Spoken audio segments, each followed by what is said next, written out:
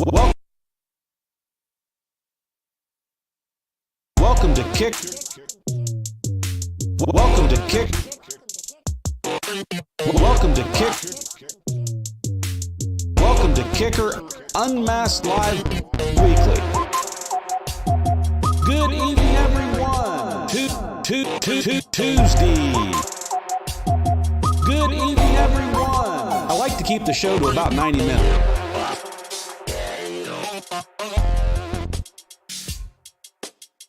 Kippolicious. Be sure you get that schmedium every Tuesday night. Full tilt boogie.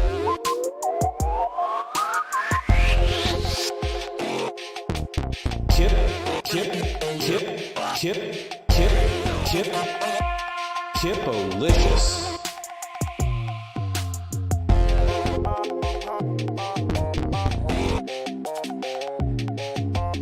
Good evening, everyone. Twisted Tea. Good evening,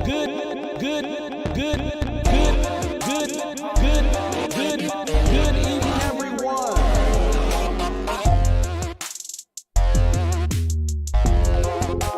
Be sure you get that schmedium.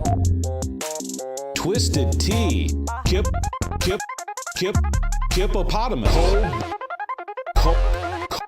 Cold beverage. Schmedium. Midler. Out in BFE. Out in BFE. At the end of the day.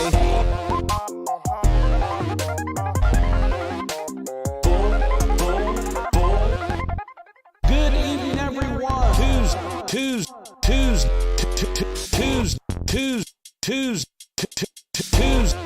Testing 1, 2, 3. Test.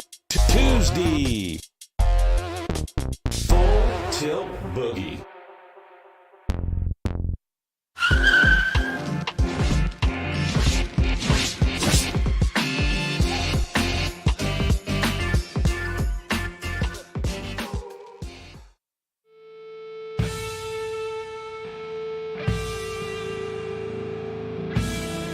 It's been a long road since the original Kicker christened that first pickup truck. It kicked off a car audio renaissance, and upgrading your music in a vehicle was a requirement. America's music machines became living loud over your passion, your emotion, your existence. Outdoors or on the open road, your sound is Kicker.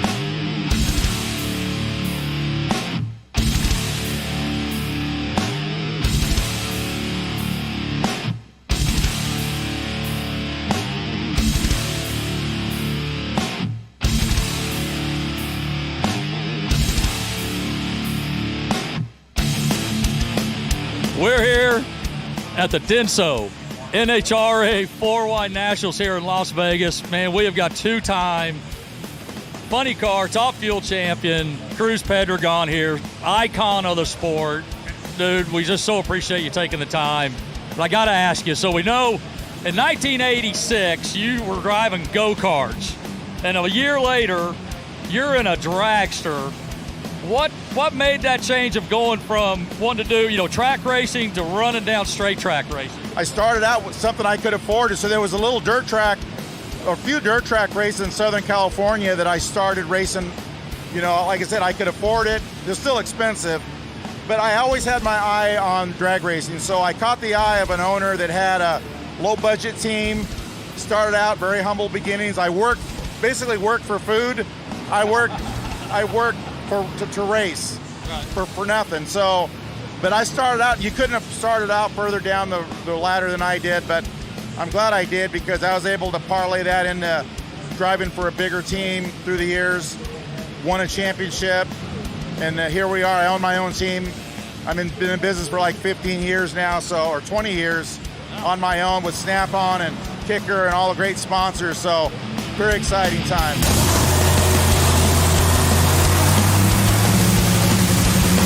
Cruz, we know you're super passionate about what you do. We're curious, what drives you, what refuels you off the track when you're at home? Well, I have a daughter now, so it's I just love my daughter. She's going on 8 years old, so priorities change a little bit, but I've always had this passion for racing, so much so that that's all I would do morning, noon, and night. I would think about it when I got up.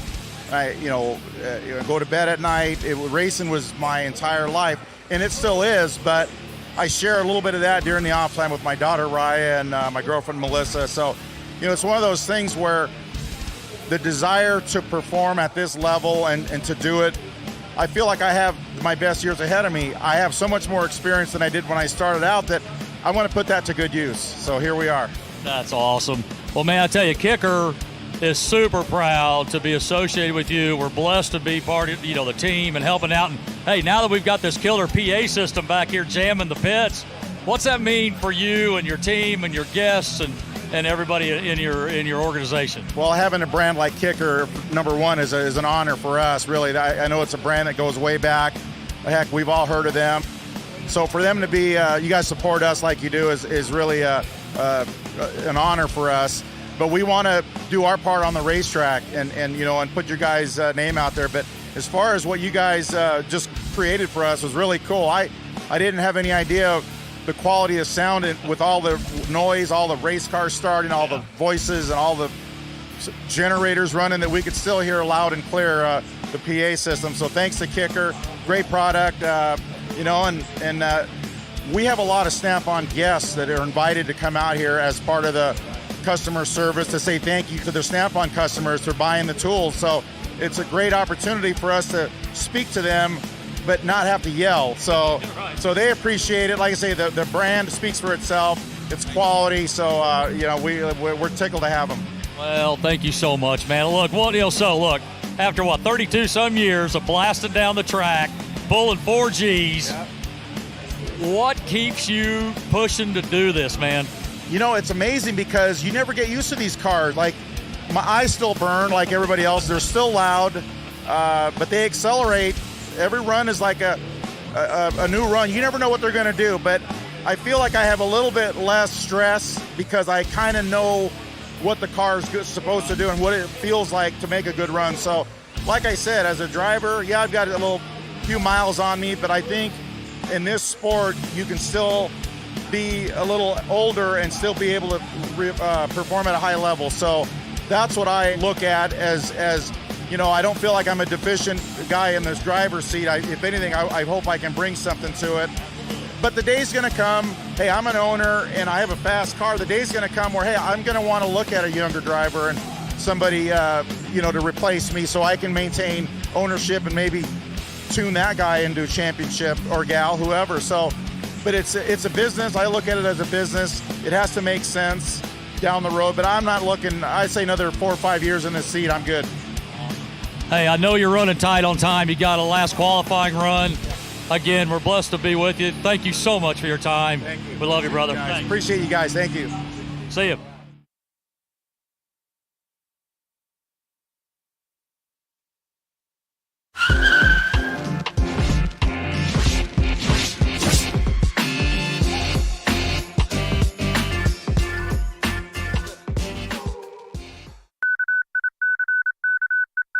Flash! This just in. Extra low frequencies detected emanating from the heavens. Saucer-shaped objects confirmed all over the world. Unidentified flying K saucers spotted delivering Kicker's amazing new Comp Q super woofer. Built for precision, built for abuse, built for the future and benefit of mankind. Kicker's new Comp Q woofer leaves audiences astounded and amazed as it reveals subtleties in their favorite music in a way that is sure to make women blush and grown men cry. The surround features Kicker's variable cross-section high-roll design, allowing extended cone travel and excellent cone control.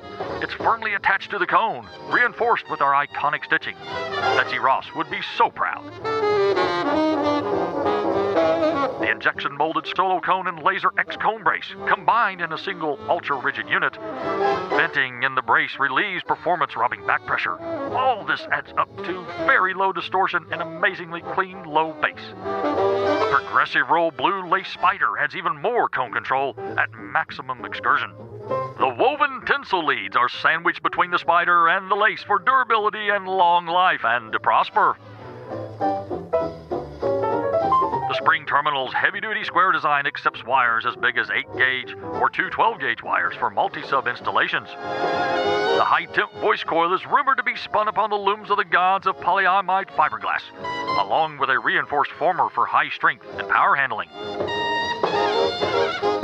Now, add colossal magnets, plus a cavernous bump back plate, an extended pole piece created in a single forging, the likes that haven't been seen since the creation of Poseidon's trident. And the result is a driver with superior control and effective heat dissipation that extreme performance demands. The all-new KICKER Comp Q is designed from the ground up to deliver everything you demand from a premium subwoofer. High output, deep, powerful, accurate bass, remarkably small enclosure requirements, stunning good looks, and not to mention the ability to frighten small children when turned up to 11. So there you have it. The all-new KICKER Comp Q subwoofer. Another zenith of innovation and epic majesty from KICKER.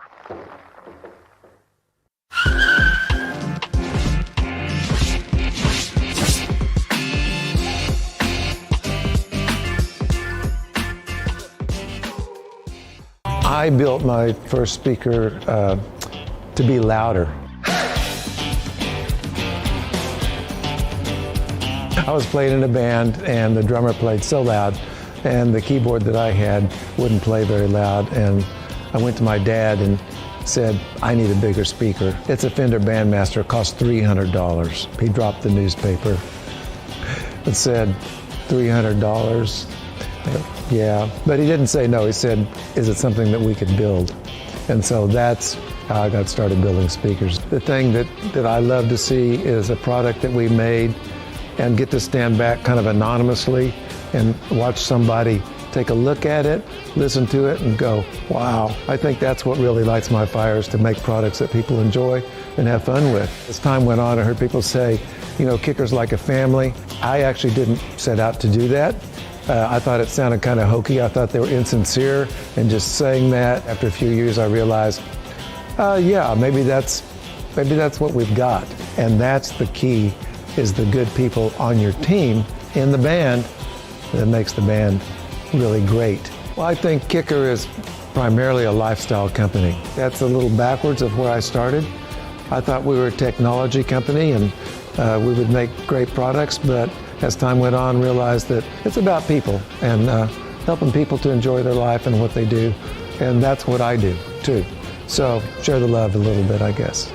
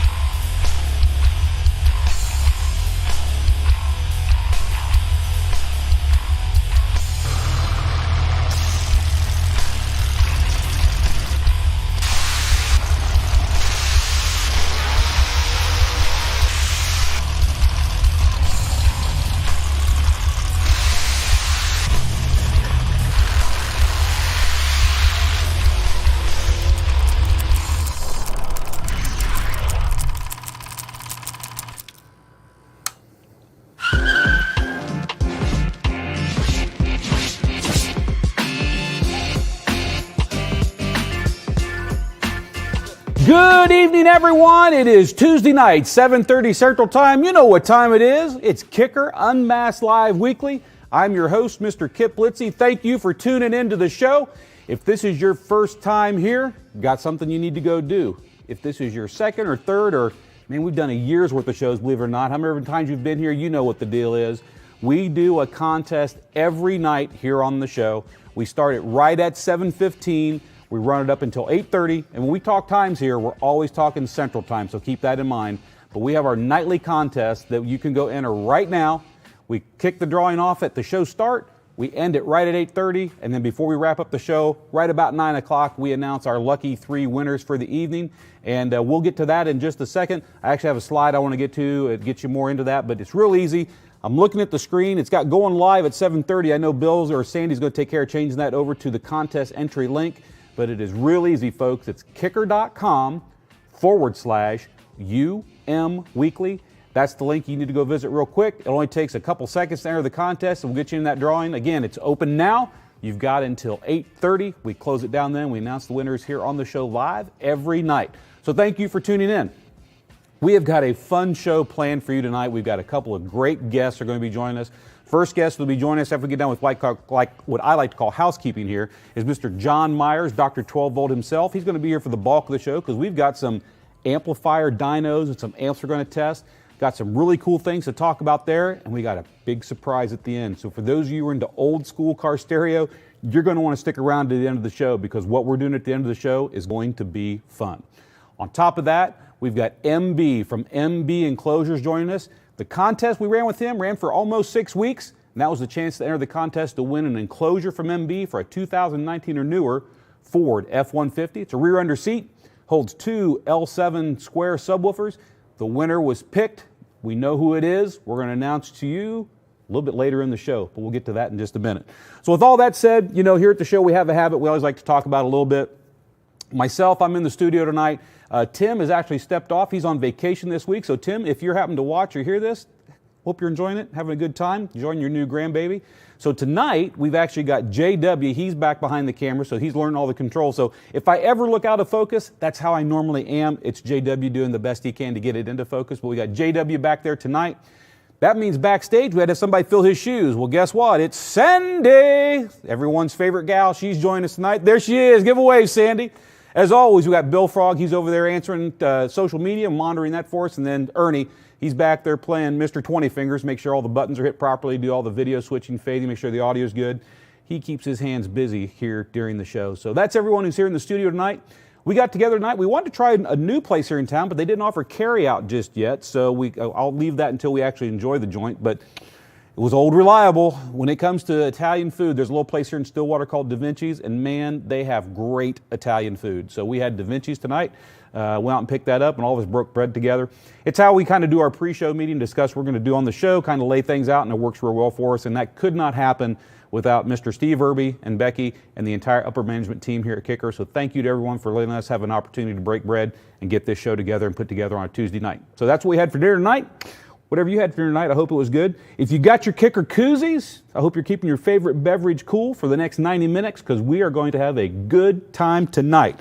My list of housekeeping stuff that we've got going on here. Ernie, if you will, please bring up my laptop. I want to go through the housekeeping stuff that I've got in front of me here real quick. The first line of business obviously will be the Kicker Live Weekly Giveaway. I told you about this right at the beginning of the show. The link is kicker.com/UM Weekly, as you can see here. Real easy to enter. Grand prize tonight. Man, guys, electronics are hard to come by right now, and we know that. And it's even hard for us. But grand prize tonight, you're going to win a CXA 800.1 monoblock amplifier. Now, it's a B-stock. Thing about B-stock, it could be brand new in the box, it got returned to us, we just can't sell it as a new product. It might be one that went out and had a problem, came back and got repaired, and now it's ready to go back out in the field. Either way, it's going to come with a full year warranty for whoever wins this amplifier. So amplifiers are hard to find right now because of the the economic thing that's going on across the whole world. But we're going to give away a CXA 800.1. That is a fantastic first prize gift, and it's going to come with a full warranty. Matter of fact, it's been through all the testing here at Kicker, and people ask, If you want your amplifier signed by all the people here in the studio, just let us know in the winning email. We have no problem giving a signature on that if that's what you'd like. A lot of people want signatures. I don't know why, but if you want it, we'll certainly offer it to you. So first prize tonight's going to be the amplifier, a pair of the Kicker koozies, and a limited Kicker Unmasked Live t-shirt. Second place, Tabor 2 wireless headphones, koozies, and a t-shirt. And last but not least, third place, getting a set of those EB200 in-ear Bluetooth earbuds, a pair of those koozies, and a limited edition Kicker Unmasked Live t-shirt. This is the contest that runs till 8:30. Go hit it before 8:30. Get entered. It's real easy, and we will draw the winners and announce them later. The next contest, the Kicker 20K giveaway. Now, we're a little late in getting this contest kicked off because we hit 20,000 subscribers actually about 3,000 plus subscribers ago. We had so many other big contests going on at the same time that we didn't want to overlap multiple contests at the same time. So we're a little late getting to the party on this one, but we haven't forgot you. So all those people who helped push us to that 20K number, thank you. Thank you for all the new people joining in off of this. But this is going to kick off tonight. We're going to run it for 27 days, and then we will announce the winner on this, and just in time for Christmas. You're going to get your choice of a set of KS components and a set of KS coaxials. So you can put coaxials in the back of your car, components in the front. You're going to choose whichever size you need. We're not limited to a size. You're going to get a single 12-inch L7R loaded enclosure and an amp and wiring kit. Now, the amplifier is to be determined. We're not telling you what amplifier is going to be available because, honestly, amplifiers are just tough to get right now. So we don't know what amplifier we will provide the winner with, but it will either be a 5-channel amplifier, which would drive that entire system, sub and speakers, or it might be a small monoblock and a 4-channel amplifier. Don't know what the amplifier will be. We'll know as we get towards the end of the contest. Between now and then, JW and Sandy and Ernie and all of us will work to figure out what amp we can put for that winner. But it's going to be a great prize package. It's basically a full Kicker audio system, including the wiring kit, and that is the Kicker 20,000 giveaway for hitting 20,000 subscribers right here on our YouTube channel. So go check that contest out. It goes live tonight. It'll run for the next 29 days, and we'll shut it down at midnight like we do all of our contests, and then it'll be Monday at midnight. We'll announce the winner Tuesday morning show on UnMasked. That's the way it works around here. Moving right along, comes to MB. MB. Everybody out there knows MB for MB Enclosure, right? Well, you know we ran a huge contest with him. It ended last night at midnight. We have drawn our winner. We know who it is.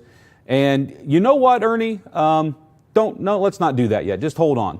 We'll get to MB here in just a second. I want to bring him on, but we're going to announce the winner of the MB Enclosure contest later in the show. But that is coming up. That contest is come and gone. Winner of this is getting a custom-built enclosure by MB himself and a pair of L7S 8-inch drivers to go in that box.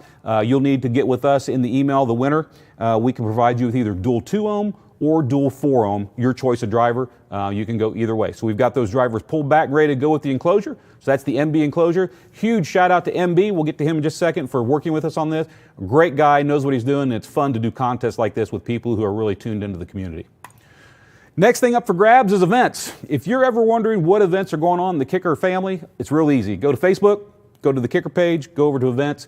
Right now it's end of year and really everything's kind of wrapped up for end of year, but there are a few things going on. We are the official corporate sponsor, I guess you could say, with Bass Wars. That's Billy and Jimmy and Jordan and the whole team of guys over there who run the Bass Wars organization. We're proud to be the corporate sponsor for Bass Wars. We now have them linked up so that we can show their events in our events page. So you can see there's a couple events coming up with Bass Wars. There's one on December 11th called Bass Wars Boogie. That's going to be in Biloxi, Mississippi. Bass Wars Beatdown, November 20th. Looks like, oh, that's 2022. Also, we're looking forward ahead here, 2022. These are events that are way out there. We'll need to see how we can get some of the events that are a little bit closer on here. But basically, they're available. Click the show more. You can see everything about that. But if you really want to know, you can always go to the Bass Wars page on Facebook. Highly recommend it. The Billy, Jimmy, all the guys who are involved in that organization, fantastic people. They run a fun show. People really talk highly about the organization, and we're proud to be associated with Bass Wars, so go check them out. We have, like I said, we have their events on our page now, and you can always hit the Bass Wars page directly on there. Last but not least, when it comes to that, we got the Kicker group, and I always got to give a shout out to Living Loud with Andy, Mr. Andy McGill. He runs his own YouTube channel, Living Loud with Andy. Great guy. He is a Kicker fan, but he reviews lots of other products. He's all about helping the community, showing you how to do things properly, solve problems. He's great at helping do those things.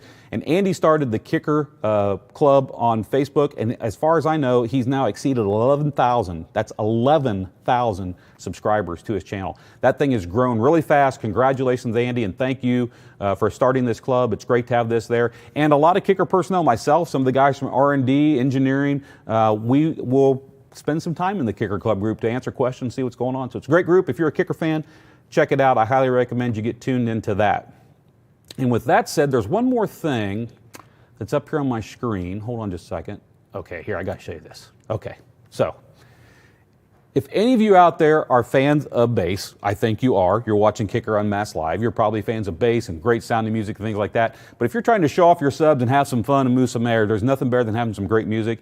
And I'm old enough to tell you I own the original Techmaster PEB bass computer CD. Bought it when it first came out. I won't say how long ago because it's a long time. But the gentleman, Techmaster PEB, recently he did a remaster of the original Techmaster PEB, and he added, I think it's 7 or 9 additional tracks to it, and came out with this 2-disc compilation. If you ordered it far enough in advance, it was actually an autograph. So I actually have an autographed CD sitting at home. I know, compact disc, I'm that guy. But it was really cool. This disc is really from the heyday of car audio. It's great demonstration music, especially with the new tracks that are, basically done by today's standards, and then the remastering of all the original tracks. If you're into the bass music, if you like some music to, move air and flex your woofers out, I highly recommend you go check out Techmaster PEB. He's paid, the company's paid nothing for this little poke, this little, promotion. I just think it's a cool CD. It's got lots of great tracks on it, and I was fortunate enough to get in on the early side and actually get one of those hand autographs. So if you're into that kind of thing, you're looking for that kind of music, I highly recommend go check out Techmaster PEB. It's a lot of the original stuff that I experienced in the 80s and 90s, and a whole lot more new stuff added on top. So great disc, go check it out, and you can always then rip it and put it on your preferred music player device, however you want to do it. So with all of that said, Ernie, come on back to me here. I think that takes care of, let me check here. Boom, boom, boom. Boom, boom, ba-boom. Last but not least, guys, if you like what we're doing here on Kicker Unmasked Live Weekly, we could really use a huge favor. Number one, if you like what we're doing and you've got suggestions or ideas or people you'd like to have on for guests, anything that it is, you can always, we encourage you, want you to reach out to us, social@kicker.com. That gets you straight into Bill Frog's inbox. Any ideas you've got, comments, please drop them in there. And then on your way out the door tonight, if you like what we're doing here on Kicker Unmasked Live, if you like the content in the show, it would be a huge favor for us if you could give us a big thumbs up and if you could subscribe to our channel. We don't monetize this, and we never will. That's not what this channel's about. We're just here to have fun. We're here to do demos. We're here to educate. We're here to help. And we like knowing if we're on the right path. And the only way we know that is you send us comments, you drop comments in the feed, you give us a thumbs up, and you subscribe to the channel. We certainly appreciate it. So if you enjoy what we're doing here, that would be kindly appreciated to smash that thing on the way out the door. Hit it so hard you break it, we'll repair it, and it'll be ready for next week. And so with all of that said, I do want to cover one more thing, because I want to get him in here. You know what, I'm going to do that first. Before we get further into the show, I do want to get MB from MB Enclosure on real quick. So Sandy, if you could, will you pull MB up on the screen for me? I'm going to put in an earpiece so I can hear him. Hey, sounds like the beginning of your videos. Hey, what's up? Hey, what's up, people? What's up, good people, man? How you doing, MB? How you doing? Man, I'm doing great. I'm fit to condition and get ready to stain these boxes. When you go in business for yourself, you work more. It's 8 o'clock at night. I'm still working. You put in, you know what, I just know this because I see when you post videos and sometimes when you go live, you are definitely a man who gets up early and at it, and you are definitely at it late tonight.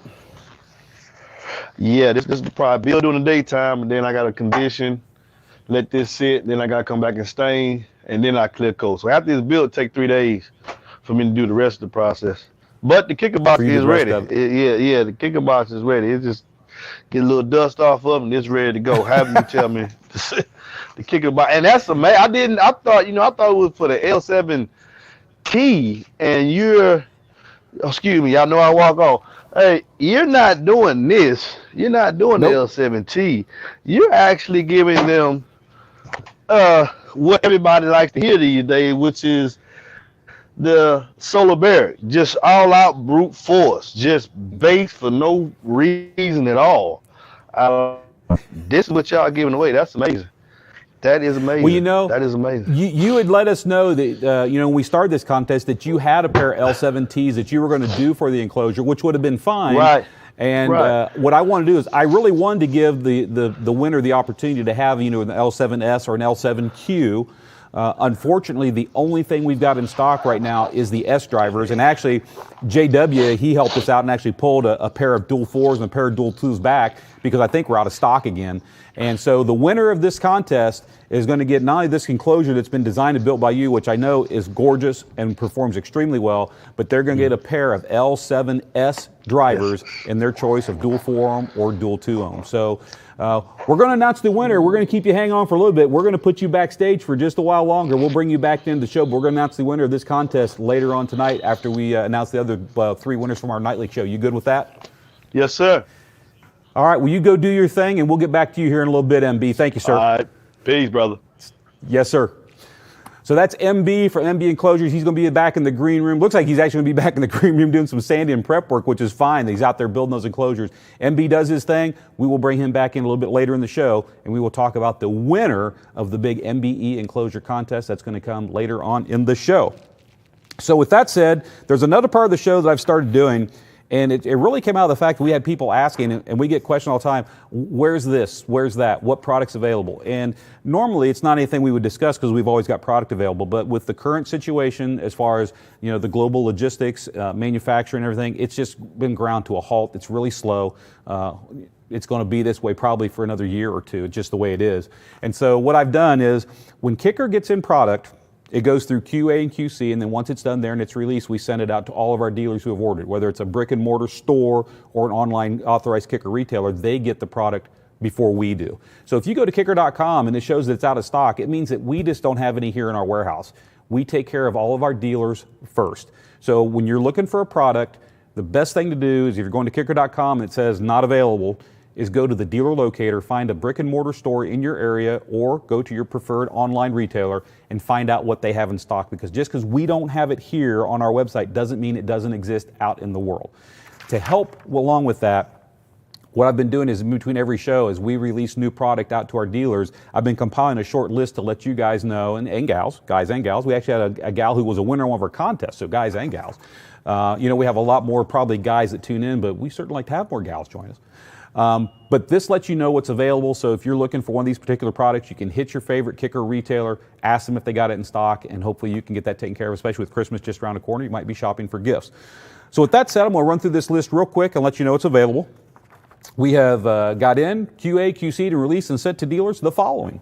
8-inch comp R woofers in dual 4-ohm, 10-inch comp R woofers in dual 2-ohm, 10-inch comp R woofers in dual 4-ohm, 12-inch Comp RT woofers in dual 2-ohm, Comp R 10-inch grills. There is a specific grill for the Comp R woofers, and we just got in and released some for the 10-inch model in the Comp R, so that's good news if you're looking for a grill. 15-inch L7Rs, both in dual 2-ohm and dual 4-ohm. Those are in stock and have been shipped out to dealers. Then when it comes to enclosures, if you're looking for something already pre-made in a box and ready to go, one of our favorite selling boxes, it's the truck enclosure with the single Comp C. It's a sealed truck enclosure. And that driver, it's a 4-ohm. We've got some of those in and out. The single 8-inch Comp RT with the passive radiator, the truck style enclosure to go behind the seat or under the seat. We have a lot of guys who put those underneath the seats in trucks as well. 2-ohm as the impedance those come in. We've got some 8s in. They're in and out. 10-inch version of that and a 12-inch version of that. So we've got in all 3 sizes and shipped those out to dealers. So if you're looking for a Comp RT, thin mount enclosure with the passive radiator, those have come and those have shipped out to dealers. We also have the down-firing TRTP, which uses the same woofer. It's just in a down-firing configuration cabinet. We've got some of those in the 8-inch. Those have come. Those have gone. In vented enclosures, we got the vented L7R vented enclosure with a single 12. Got some of those in and out. We've got the dual 12-inch Comp C vented enclosure. Those are here and out. And if you're looking for a small upgrade to your factory system or just a small upgrade to your aftermarket head unit, not running big power, just want a little bit of bass, the HS8 and the HS10 are fantastic powered products. I know we talked about the HS10 being released, I think 2 shows ago. We just got in some more of the HS8s, and those are out in the dealer base. So go check those out. That's what you're looking for. CS Series 6x9s and a 3-way, they're available now. CX 800.1 monoblock amplifiers. I've told you electronics are hard to come by right now, but fantastic news is we got some of those 801s in. Matter of fact, we got enough of those in that we actually filled back orders, and there's some, I think, available on kicker.com. So go check that out if you're looking for that. We got some interesting news about the 801. We're going to talk about it here in the show in a little bit. As far as in the marine world, we've got the KMA 152, that's a 150 watt monoblock amplifier. It's 75 watts by 2 at 2 ohms. Got some of those in and out. And then the KXMA, which is the high-end marine amplifiers, Class D full range, Class D monoblocks. We've got the KXMA 504 and the KXMA 804. And that rounds out the shipped since last Unmasked show list. If any of those products are on your shopping list, or if you need any of those, now's the time to go check kicker.com. And again, if you don't see it on their website, please hit the dealer locator, find your favorite local retailer or favorite online retailer, and those products are now out and available to buy. And so with that said, that wraps up what I like to call the housekeeping part of the show. If there's any good questions, Sandy or Bill, if you got anything you want to throw up on there, please just throw them up. I'll answer them if they come up here. Because what I want to do right now, this is the part of the show where we kick off the main part of the show. Our own Dr. 12 Volt, Mr. John Myers, is here with us tonight. And he and I have spent a little bit of time this evening, actually this afternoon and evening, setting up the studio. We've got some amplifiers all set and ready to go. And we've got a surprise for the end of the show that all of you old school bass heads are going to love. We're going to hold that to the end of the show because it's going to be fun. But we've got some amps that we are going to dyno. We're going to talk about kind of older technology versus newer technology. And it's one thing to talk about it, but we're actually going to put it on an amplifier dyno and we're going to show you all about it. So as I'm talking about this, if I could, John, I know you're back there in the back. I think you got a cart of goodies. Come on up here and join me, sir. I don't know if I'm a janitor or a monkey, but either one's fine for me. That is a great question. Here comes John with a cart of goodies. Hey, yeah. Parked there by the end. John, I even brought you water up here at the end. Oh, you're awesome. I want to take care of you. You see what's up on the cart up here? I do. I do know. That's it's going to be. That's the one that the old school guys, you're going to flip. You're going to absolutely flip when we get to that. So John Myers, Kicker Global Training, as we like to call him, Dr. 12 Volt. Thank you for joining us this evening. One of the things you call me. Well, there's lots of things I call you, but as far as you know, they're all good. Exactly. I call you Sparky, but that's also a loving gesture. So no, it's not that bad. Hey, it happens. Real quick, Ganesh, and hopefully I get this right. And man, I have always apologized if I butcher someone's name, so I apologize. But I think it's just keep apologizing. Yeah, it's Ganesh Narayan or Narayan. He's asking which one hits harder, 2 ohm or 4 ohm, and the answer is neither one. Exactly. Impedance of a driver, impedance at an amplifier. Here's a thing that gets lost, and I don't know how many times we have to explain it, but people still don't understand is, if you have an amplifier that makes 1,000 watts at 4 ohms, and you have another amplifier that makes 1,000 watts at 1 ohm, the 1,000 watts at 1 ohm doesn't hit harder, it doesn't drive the speaker farther, it doesn't sound better, it doesn't sound worse. 1,000 watts is 1,000 watts. Doesn't matter. The only reason that speakers come in different impedances, and I'll take a step back into the Wayback Machine just a little bit, is in home audio and pro sound, if you go back years and years and years, 32 ohm, 16 ohm were pretty common numbers back then for them to use. It's because there weren't really big power amplifiers then to begin with. They're sucking all the electricity out of the wall, so they don't have to worry about how much they want. It's all there to use. And so they would use higher impedance speakers. Not because it was better or worse, it's just what they knew how to make. As technologies moved forward, lower impedance speakers came out because it allows you to pull more power out of an amplifier if it's capable of delivering it at a lower impedance. I would say probably the biggest, and I don't mean this in a negative way, but probably the biggest offender that started this is Bose. And I'll call out Bose is when they came out with their factory OE systems, they were using 1/4 ohm, half ohm, 1 ohm, 2 ohm. I mean, from that basket of drivers, they were using really, really low impedance speakers. And the reason they were doing it is they were trying to get as much power as they could out of these little chip amplifiers that they were putting on the speaker. Out of a 12 volt system. Things have changed. Today, power, you can buy as much power as you want to today. The only thing I want it all. Yeah, I want it all. I want all the powers. Just keep in mind, when it comes to impedance, a 2 ohm speaker versus a 4 ohm speaker versus an 8 ohm speaker, one does not sound better than the other one at all.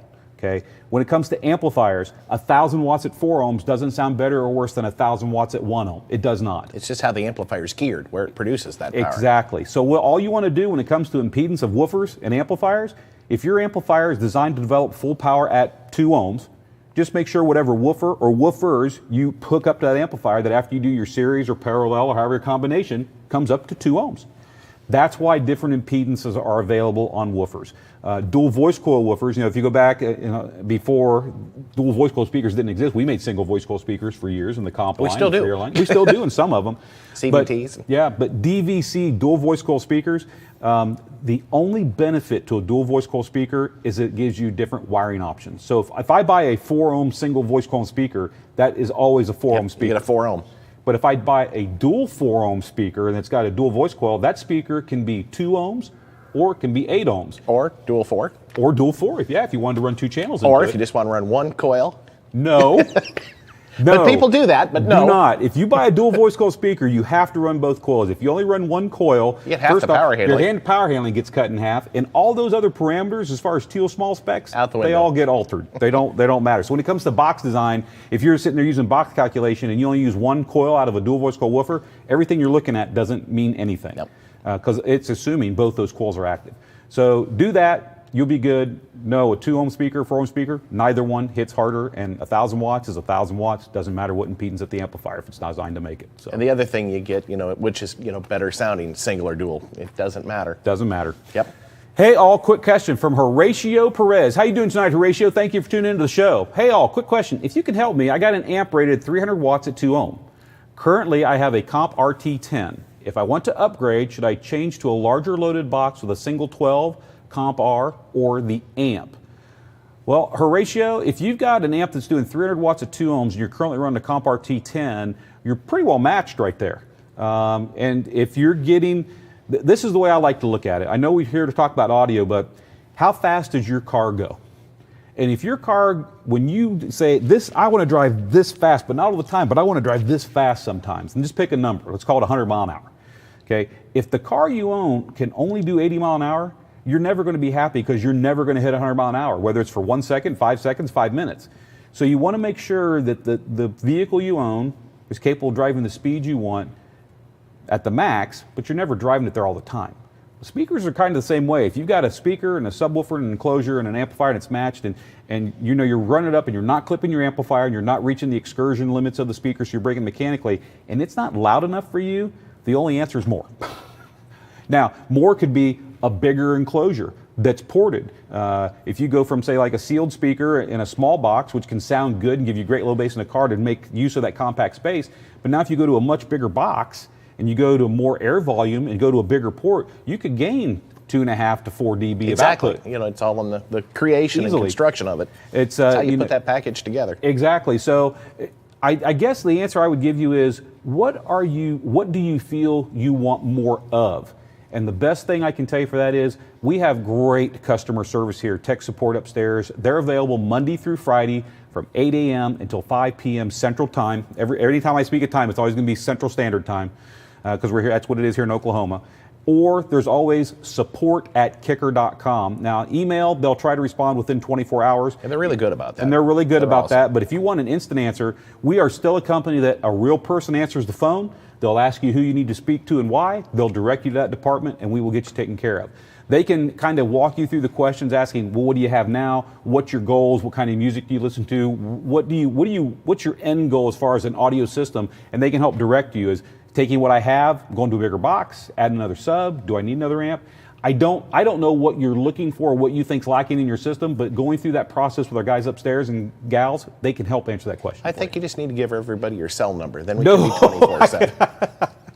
I have. Sometimes we feel like it. Well, sometimes. There are those times. So great question. Thank you for asking that one. If there's any more, please feel free to throw them up into the feed. So John, I had you bring up a cart. Hey, Ernie, real quick, can you do a close-up on camera, is that 1? I always get them reversed. Which one's 1 and which one's 3? Give me a close-up of the dyno. So that'd be camera 1. Let's go to cam 1. So what we've done here tonight, folks, JW, if you can, pan that camera up just a little bit and catch the meters on top, and then we'll have you go back. And make sure you don't catch me in there. Yeah, well, or catch John, but just come up a little bit so we can see those meters up on top. If any of you have tuned into the show before, you know that we are fans of the SMD products. Tony Diamori and Steve Mead, guys behind these, who are basically the designer, Tony, and then SMD, Steve Mead. He's really the front guy that promotes and pushes these.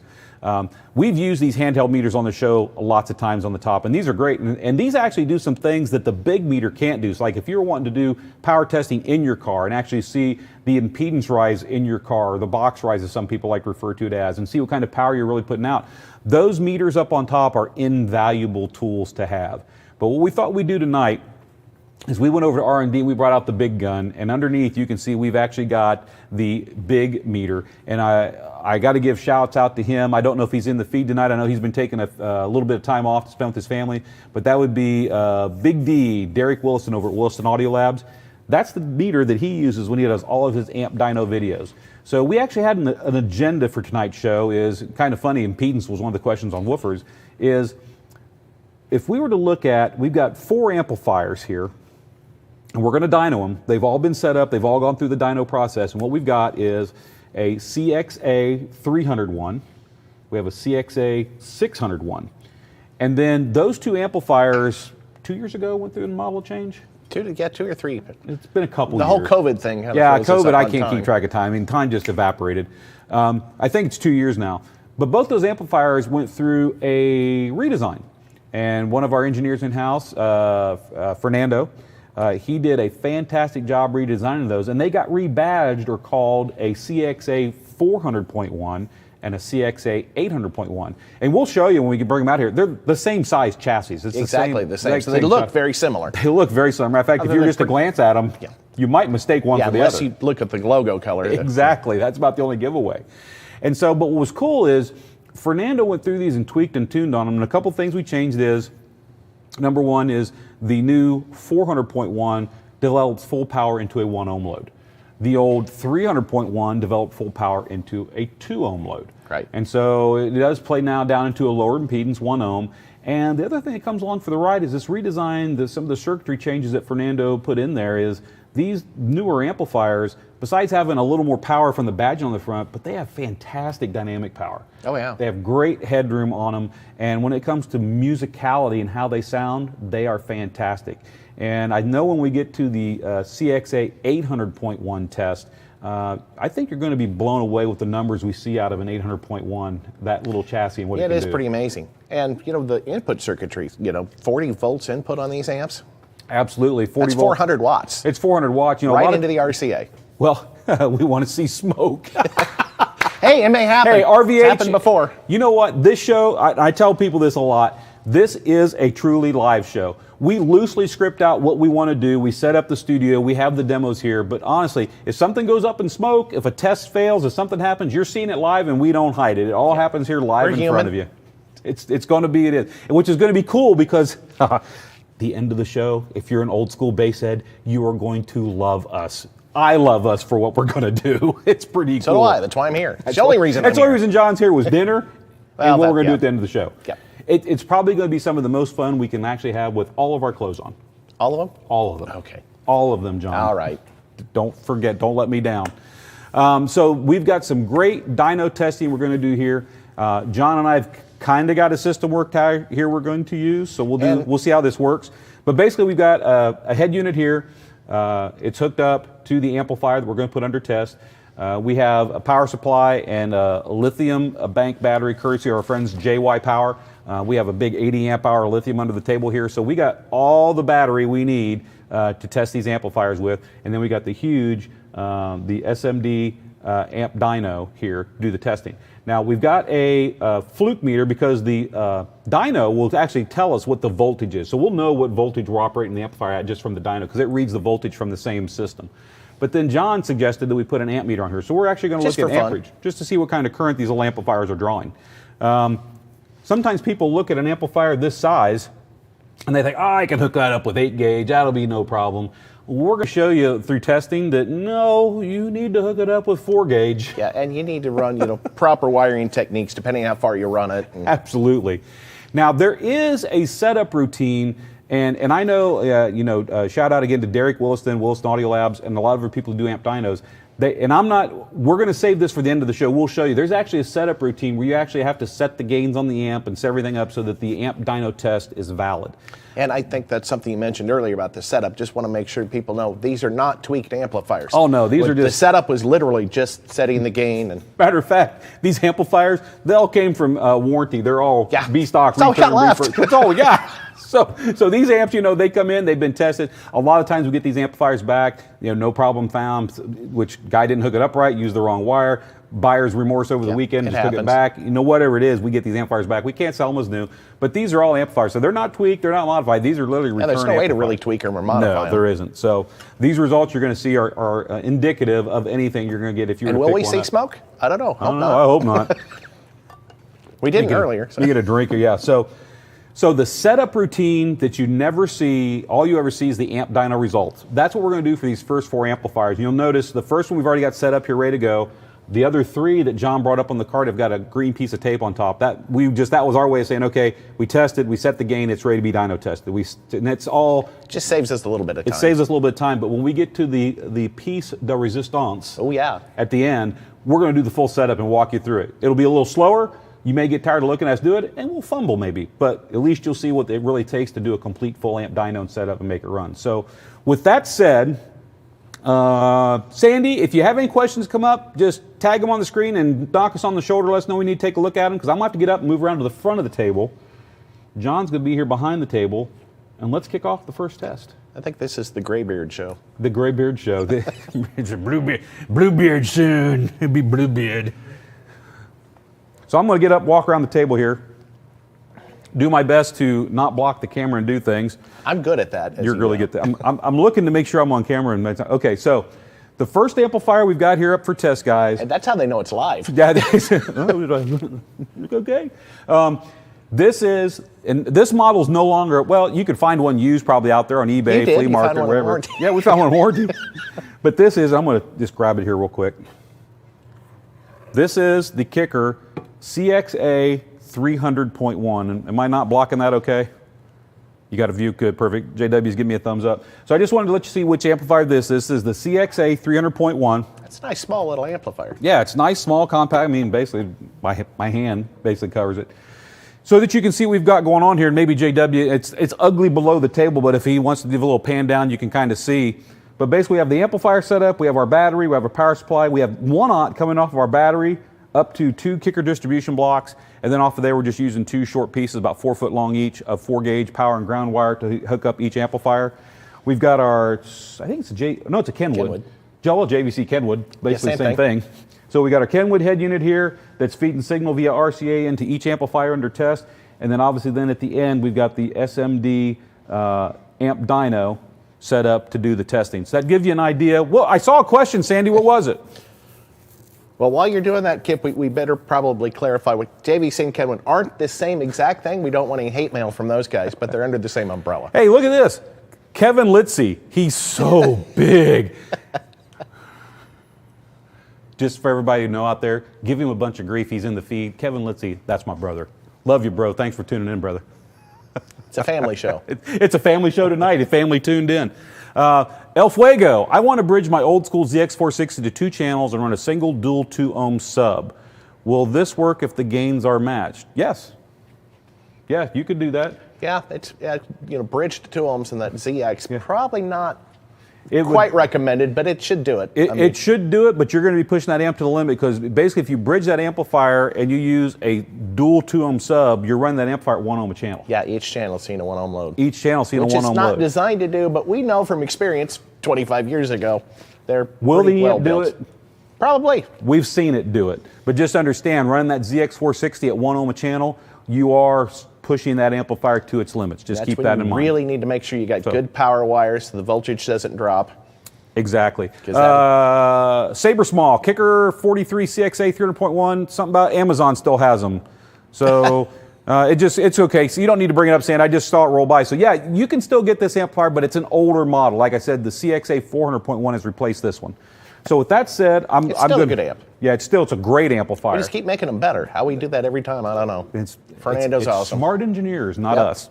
So, folks, I apologize. I'm going to have to walk in front of the camera and back a little bit, so, the bald head or the back of the shirt, you get a little bit of everything. So, I'm going to come over here. And Ernie, if you can, let's go to cam 1. Give me a close-up here of the dyno. And so, for those of you who are not familiar with the dyno, and hopefully, and I'll try to keep my fingers out of the way as we go through this, there's basically 3 tests that you can go through on an amp dyno. There's the certified dyno run, which if any of you have watched any of the tests from, and I keep referring back to him because I consider him the king of dyno tests, and that's Derek Williston, Williston Audio Labs. But certified dyno run, that's 1% or less THD. So that's basically telling you how much clean output power am I getting out of this amplifier. Are you going to hear that with a sub? No. Yeah. Not at all. Uncertified dyno run is basically up to clipping or 10% THD, somewhere in that ball. But basically you're seeing on a sub, probably not. No. 10% clipping of an amplifier on a sub, you're probably going to be hard pressed to hear it.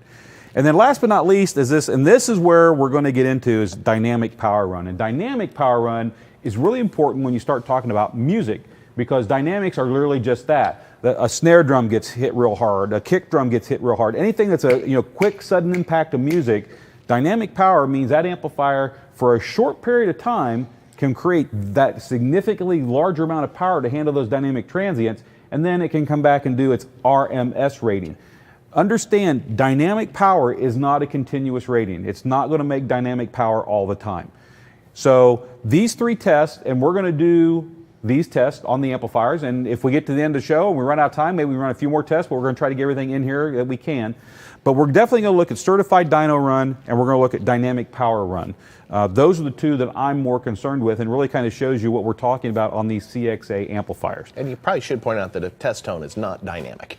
Correct. The test tone is not dynamic. What we're doing on these, the test CD that you can use on this, you can either run a 1 kilohertz tone or you can run a 40 hertz tone. Since we're testing bass amplifiers, we're obviously using a 40 hertz tone for all of our testing. So with that said, I'm going to go ahead and I'm going to say we're going to do a certified dyno run. I'm going to select that. We're wired for mono since we're doing mono block amplifiers, and you're going to see this same process quite a few times, folks. So I'll just explain it once and then we won't talk about it again. So I'm selecting mono. If you missed it, rewind the tape. Yeah, if you missed it, rewind the tape. It's telling you to make sure I've got both inputs connected, which I do, so I'm going to say next. The prompts are nice. Yeah, the prompts are nice. And then we're going to go in, it says select load impedance. So this is the impedance that we're going to test the amplifier at. So just like a speaker, you can have a 2 ohm speaker or a 4 ohm speaker or a 1 ohm speaker. This is where we're saying, okay, we want to test a 4 ohm load or we want to test a 2 ohm load. So we're actually selecting the impedance that we're applying or supplying to the amplifier under test. And what I'm going to do on these first amplifiers, I'm going to start off at 4 ohm. We'll do the test. We'll move to 2. We'll move to 1.3. And understand, this first amplifier we're testing is only rated to 2 ohms. So keep that in mind. This amplifier, the CXA 300.1, is designed as a 2 ohm minimum impedance amplifier. Now, all KICKER amplifiers, all of them, are designed with low impedance protection circuitry. When you get down to a certain impedance, when it sees that low impedance, we turn the amplifiers off, and you have to let them sit, and they'll turn back on, or you sometimes have to power cycle them, turn off the remote, turn it back on, the amp will turn right back on. We do that because when you reach the minimum impedance of an amp, if you keep drawing that excessive amount of current through that, you could damage the amplifier. So it's a protection circuit. We don't want it to keep doing that at a low impedance. So this amp is rated at 2. Voltage too. Yeah, exactly. We got a low voltage protection for the same reason. Absolutely. So, but on this amplifier, the CXA 301, I'm going to test it at 4, 2, and 1.33 ohms. And then maybe we'll tickle 1 ohm and see what happens. So beat it up. Maybe. We'll see. So I'm going to go ahead and the dyno, I'm going to select 4 ohms. We're selected and ready to go, and it tells me here to run track 4 or run track 9. Track 4 is the 40 hertz tone, track 9 is the 1 kilohertz tone, so obviously I'm going to run track 4, so I'm going to have to, unfortunately, walk back in front of the camera, and I'm going to stay on this side of the camera for right now. I should have got you the remote for that. You should have. So this button right here lets me start the dyno, and what I have to do is I need to start the dyno and then unpause track 4 over here on my CD player. So what I'm going to do is, first off, I am on the correct track. I'm on 40 hertz sine wave. As a matter of fact, you getting something, JW? No? You good? I'm watching him to see what he's doing. I'm curious. I'm most curious what JW is up to. It's like, I'm kind of curious too. I'm very curious. Boy. That's funny. So we are on 40 hertz over here. So what I'm going to do, They can't see that, by the way. See what? They can only see the... Oh, okay. I'll wait till he... JW right now is he's moving rearranging my the car. set. He's moving my car. Hey, Biff, 2 coats of wax, Biff, please. 2 coats. Wax on, wax off. Not just 1 coat, but I need 2 coats of wax on that lovely machine. I'm going to just stand here and be stupid for a second. I'm waiting for JW to get back because I actually want him to get this CD player into the shot. I know Ernie's speaking into his ear right now, and he's like, dude, I can see this, I can see that. Well, hide this, well, hide that. I just know it's happening. I can, even though I can't hear him. People are so busy watching you, they don't care. I know, whatever. So, real quick, JW, give me a shot. Where did you make him walk out? Right, whatever. I'm gonna have to. It's so hard to find good help. Yeah. But I want to show you, Ernie, will you go to know. cam 2 real quick? There you go. I just want, if you can, zoom in on this, JW. I want everyone to see, because I'm telling you, but I actually want you to see this going on here. You can see it says 40 hertz sign, and so that's the test track that we're using to do that. What's a CD player? God. I feel old. It's a round disc, and it has little things in it to reflect light and don't reflect light, and it reads it as 1s and 0s, and then there's a DA converter, but that's a different story There's we'll talk about multi-layer later. and blah, blah, blah. So 40 hertz sine wave, just want to make sure everyone sees that. That's the test track that we're doing. So now, Ernie, go back to cam 1 so they can see the amp dyno. I'm going to go ahead and unpause the amp dyno. You got a good view of the screen there, so I'm going to unpause the amp dyno. I'm going to hit start dyno. I'm going to actually turn the amplifier on. Hopefully you guys can see that dyno screen. I don't have power. Oh, you didn't hook up the remote lead, John. You know, what do you want a remote lead for? I just want to remotely turn the amplifier on, John. Fine. Again, folks, good help is so hard to find. Like I said, and you got me. So There you go. Perfect. You got it in? it's even tight. There you go. Perfect. All right, click. I'm so used to 1001, using the fit 1002. inputs where we don't use remotes. You don't use remote. Okay, so amplifier's powered on. The amplifier dyno's ready to go. I'm going to hit the start button here, and hopefully we see some numbers climbing. And no smoke. And no smoke. There we go. Amplifier test is running. And as you can see on the screen, the distortion indicator, it's got the 40 hertz detects. That means it's found a 40 hertz test tone. And then the red light at the top, that's the distortion detector. It just basically keeps climbing up till it gets a full reading at less than 1% THD. And you can see, according to the screen there, and it says channel 1. When you test an amplifier in mono, that's what it is. It all comes through as channel 1. So it's 169 watts into a 4 ohm load at 14.5 volts DC. And if I remember right, I think that amplifier was rated 150 watts at 4 ohms. So it exceeded rated power by a few watts, which is a good thing. Now the other thing I'm going to do real quick, I'm going to turn it back on and put it in max mode. We actually have an amp meter here, so we can actually look at current. 4 ohm, you wouldn't see that much, so that's probably not that exciting. But what I'm going to do now is I'm going to go back. I'm going to go back on the amp dyno. I'm going to go to 2 ohms. And so this is the same amplifier, and all I'm doing is going into a 2 ohm test. So I'm going to rewind my 40 hertz track, pause it. I'm going to hit start dyno. So now this is a 2 ohm run on the CXA 300.1 amplifier, and here we go. Working a little harder. Work a little harder. And you'll see the same thing. The 40 hertz detect will come on. The distortion light will start blinking. It's measuring power, and you can see the numbers climbing. And as Derek Wilson will tell you, when you see the numbers rolling up like that, that means it's clean, good, reliable power. That's something that if it's dirty power, if it's coming out like a square wave or a triangle wave, it won't count it as cleanly. So you can see they're counting it very cleanly.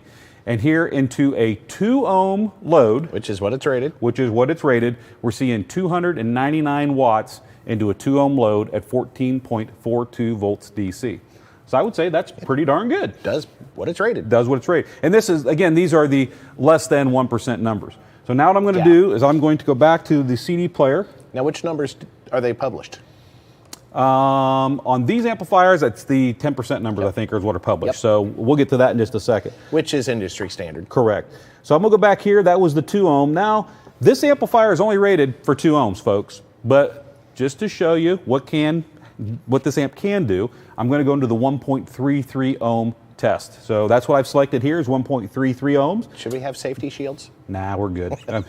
They want to see smoke anyway, so, you know. Who needs eyes anyway, we don't right? need them. Well, we got good insurance, I think. Yeah. And so here we go. Test 40 hertz, 1.33 ohms, playing 40 hertz sine wave, and away we go. And again, you'll see the 40 hertz detect come on, you'll see the distortion light come on, and the power numbers will start climbing. And so here we've got the little CXA 300.1, and at a 1.33 ohm load, it's going to get up to and going to tap out at 399 watts. So 399, No protect light on. No, and that's the amazing thing. And that's the amazing thing. So let's push it a little bit further. What do you think, John? Why not? Let's go for an ohm. Ohm on the range. Part of an ohm. So let's do this. Now understand, this that I'm about to do, and We don't recommend. I hope this works right. Because what should happen is the amplifier will go into protect. And we're going to see if this will happen. It did during the testing earlier. I just want to make sure that's going to happen. But understand, 1 ohm on the CXA 300.1 is not recommended. You should not run this amplifier into 1 ohm load, but we're going to do a test here and show you what it does into a 1 ohm And if load. it does go into protection, that's what it's for. Absolutely. So I'm going to start the dyno. The dyno is ready to run. I'm going to start the track here. Looks like Ernie's got a panned out view, so I'm going to hit start. Let it go. Yeah, buddy, go big or go home, Mike Exactly. Trainer. Thanks, Mike. We're just on the little amp right now. So. Okay, so, wow, we got 473 watts out of that puppy, and it did not go into protect. That's amazing. Wow, that is pretty amazing on the amplifier. So this is a little CXA 300.1, less than 1% THD. Isn't that the smallest subwoofer amp we make? It's the smallest one we make. So 473 watts into 1 ohm, and it actually passed the test. I'm going to be really honest there. I was surprised that it passed that test. I thought it would go into you and me protection. both. So you know what? Oh, you're not going to do it, are you? It's the smoke show. At least that's what everybody wants it to be. So I'm going to go back to the amp dyno. And basically, doing these tests on this CXA 300.1, the reason I'm showing you all this is I want to kind of create a baseline for you guys to see and understand as we test the other amplifiers. There's a lot here to understand as far as the amplifier goes. So I'm going to go ahead and go out to the magical, mystical 0.8 ohms, and I will be shocked if the amplifier does this. Completely shocked. This is the kicker guy telling you I'll be shocked if it does this. So I'm going to start the dyno. I'm backing away. Because at 0.8, it's only rated for 2 ohms. At 1 ohm, we're only half below where it should be. So here we go, 0.8 ohms on the amplifier, and We'll see what it does till it shuts go. off. Yeah, we'll see what happens. So There they go. there it goes. It's climbing. Wow. What? And, okay. It did. I heard it. All right. We did get up to 536 watts, which I am blown away with. I can't believe that. I am shocked too. But something, because you were on camera 1, you didn't see it, but down here on the amplifier, it did go into protect. Yep, and I heard it. So. And it did. So the amplifier did go into protect at 0.8 ohms and shut itself down. There, if you can see it right now, get a close up there, JW, you can see the red protect light is on. And that is exactly what this amplifier is supposed to do. That is the protection circuitry doing its job. At 0.8 ohms, it said, no, no, no, I am done. So that, am I in the, do I need to move? Am I in the way there? Sorry about that. Oh, you want me on that camera? Strangers in the night, And exchanging glances. Memory So as you serves can me. see, going down into 0.8 ohms, I was shocked the amplifier played into 1 ohm because honestly, in the testing earlier at 1 ohm, it shut off. And that's the thing about protection circuitry is it has a little bit of a tolerance depending on the voltage. Maybe the voltage is a little bit higher right now because the battery is a little higher. It's been sitting on the power supply, so it might have said, "Okay, I'll make this 1 ohm test work." But then when it got to 0.8, it said, "No, I'm done." But that is the protection circuitry doing what it's doing, and you see that basically the max output of this amplifier was 5 and some change before it shut down into a 0.8 Wow. ohm load, which is huge. well, that was still certified, right? Yeah, that was certified. Yeah. Can you believe that? So those are all certified runs. Now, what I want to do now is, first what I'm going to do is I'm going to do that because the green screen was driving me crazy. I'm going to You look go better over. that way. Yeah, I know. Now what we're going to do, I'm going to go get out of the dyno here. I'm going to back out again, get to exit. Exit. Okay. Stage left. So that was certified dyno runs that we were doing right there. Now what we're going to do is we're going to go do a dynamic run. Because dynamic runs, this is where you're going to see some significant difference between a CXA 300.1 versus a 400.1 and a CXA 400 point or CXA 600.1 versus a CXA 800.1 is that dynamic power capability. So we're going to go into here. We're going to go into dynamic power run. I'm going to hit enter. Of course, You just gotta mono. quit talking long enough so we can get through this. I'm going to get there. And here's what I'm going to do. I'm done. I'm just going to. We're here all night, folks. We're here all night. Try the veal. Tip your waitresses. So we're going to go into a 2 ohm load because that is what this amplifier is rated to. It's rated for a 2 ohm load, so that's where I'm going to start at. We're going to go into the dyno test at 2 ohm. And then we need to play track 1 or track 2. So I'm going to go over here and I'm going to go back down to track 1. not 15. 1. Thank you. Don't roll around. A 1 and a 5. A 1 and a 5. And that is our 40 hertz burst tone. So I'm going to start the test. I'm sure Ernie's Ernie zoomed in on it, and we are going to start the track. And so here, this is the 40 hertz burst test. 2 ohms. At 2 ohms. And this is on the CXA 300.1. 321. 323. And we're out. So 323 watts burst at its rated impedance of 2 ohms. So it did exactly what we told you it would. It did exactly. Now, just for fun, I'm going to back this track up, pause it, and let's go back, and we are going to do a 1 ohm test. Now, 2 ohm, that's where this amp's rated, so understand this 1 ohm test we're about to do is not a rated test at all. Anything below 2 ohms on this amplifier is not rated, but I'm going to do it We're anyway. not going to guarantee all amps to do that. Well, you know, smoke some point. Yeah. So here we go. Smoke them if you got them. Smoke them if you got them. So here we go. Smoking a pancake. 1 ohm dynamic burst test on the CXA 300.1, and here we go. Boom. Start counting up here in just a second. I'll do the 40 hertz detect, and there you go. Boom, boom, boom. What? 546, which I'm impressed. So am I. I'm real impressed. So I think that's a good wrap up on the CXA 300.1. We're seeing it makes rated power at its 1% ratings. Are you done? Yeah, and I'm done with that. You're done with that? Okay. You turn that on. So we've made power at our 1% ratings, and you've seen that the CXA 300.1 at dynamic burst, it did 360? 350, 360. You're asking an old man to remember something. It did 350, 360 into its rated impedance. And then at 1 ohm, which is well below its rated impedance, it put out 500 and some change and did it dynamically in a burst. So there's a baseline right there that I want to keep in mind as we look at. Now what I want to do is John's disconnecting and moving. We're going to move from the CXA 300.1. We're going to move to the CXA 400.1, which you is like me its for my replacement. tools. I do like you for your tools. And oh, by the way, it looks like when we did that test, that amplifier, that little, quote unquote, little amplifier, it drew 70 amps of current.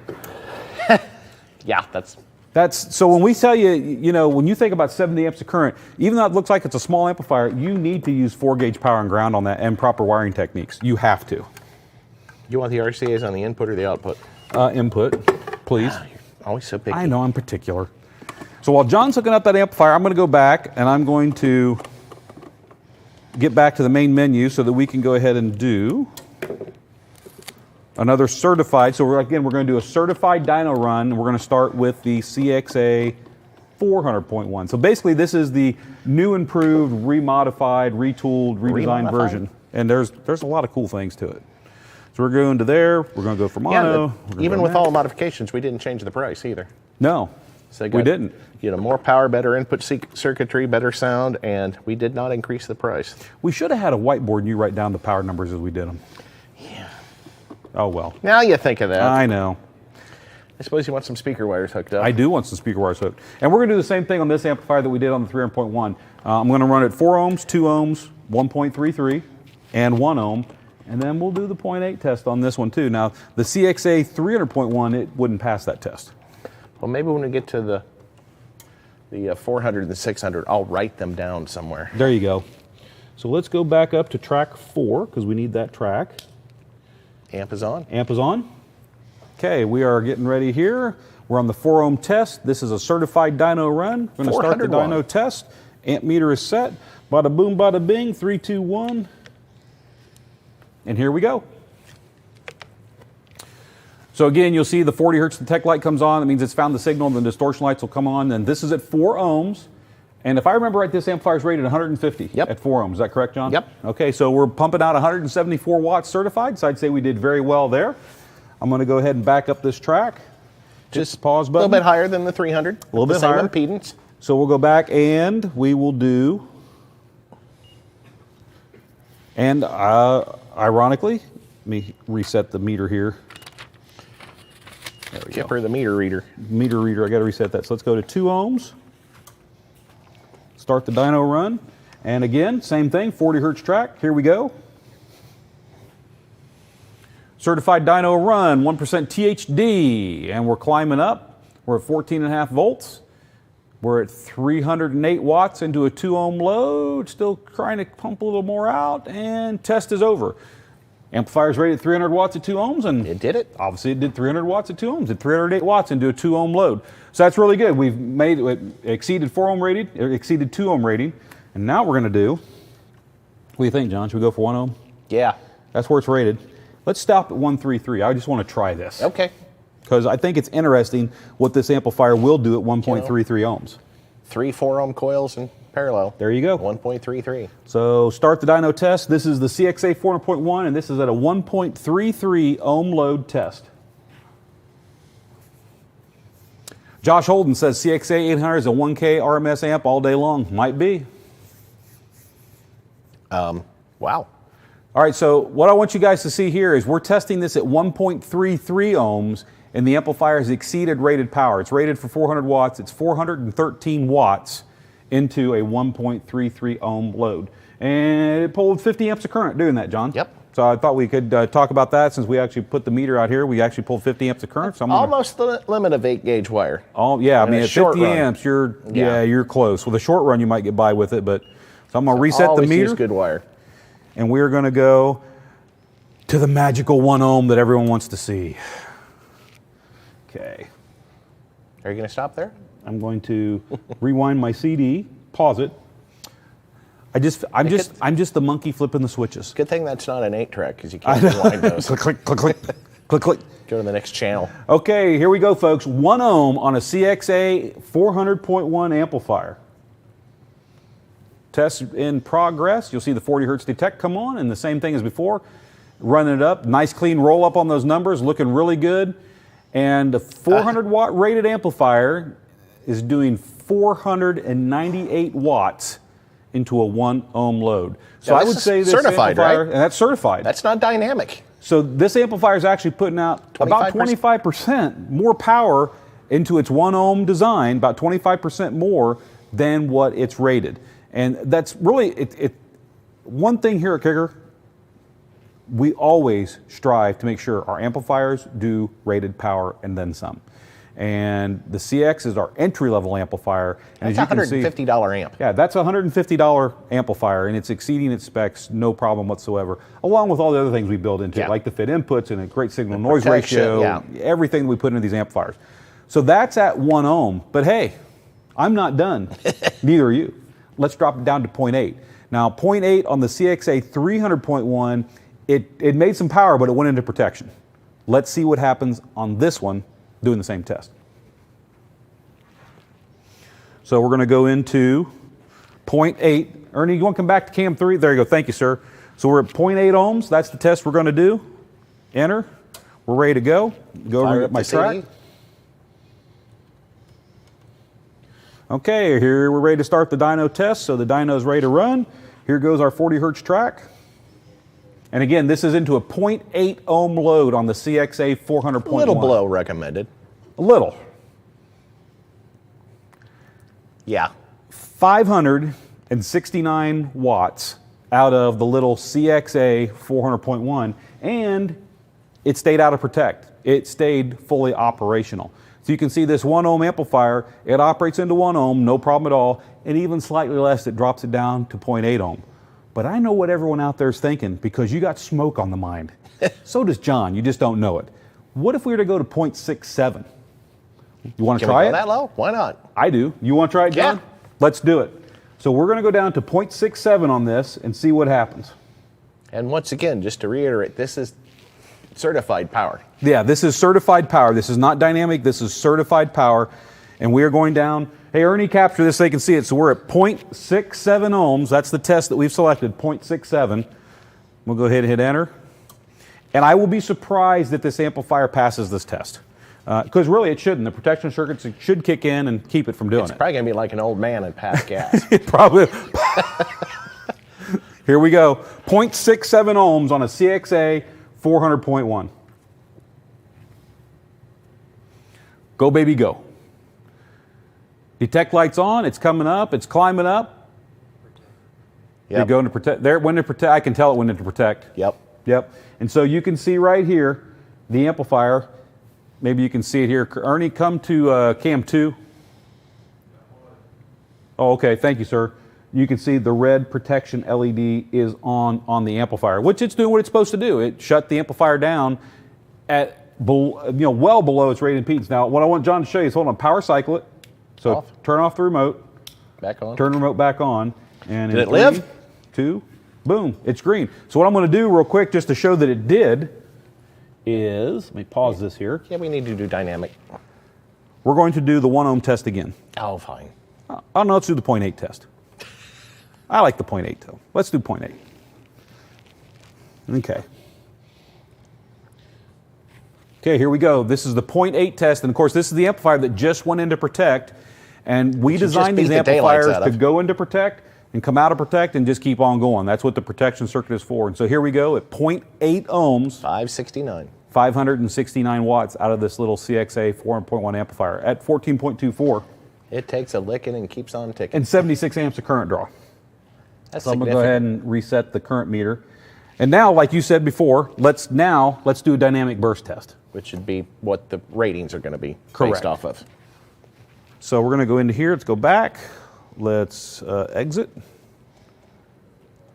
Really wish I'd written the powers down on the 300. We'll do that on the 400. We'll do that on the 400. We'll get better at this, John. We'll get more good. We are far from perfect. So what we're going to do here, this is the dynamic test. So maybe here, if Ernie's, okay, yeah, here he is. So this is the dynamic power run. This is going to be the dynamic burst test on a CXA 4.1. So I'm going to enter that mode. Yeah, it's in mono, so I'm going to tell it mono. Yeah, let's go next. And then let's go to, want to do 1 ohm, John? Why not? That's what it's rated. Okay, let's do 1 ohm. All right, so 1 ohm, dynamic burst test, and now we need to go to track 1 because that's the dynamic burst track. And remember, we're talking an amp that's rated at 400 watts. Correct. This is a 400 watt rated amplifier. We're going to do a dynamic burst at 1 ohm. $150. Voltage is at 14.5.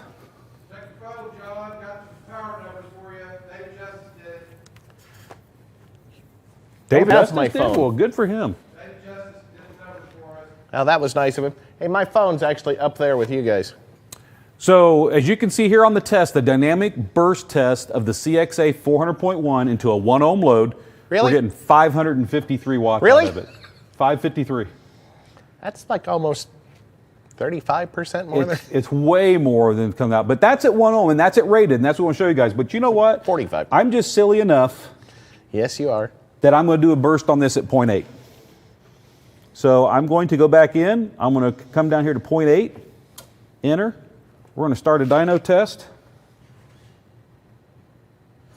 And now we're doing that same dynamic burst test, but this is going to be into a 0.8 ohm load.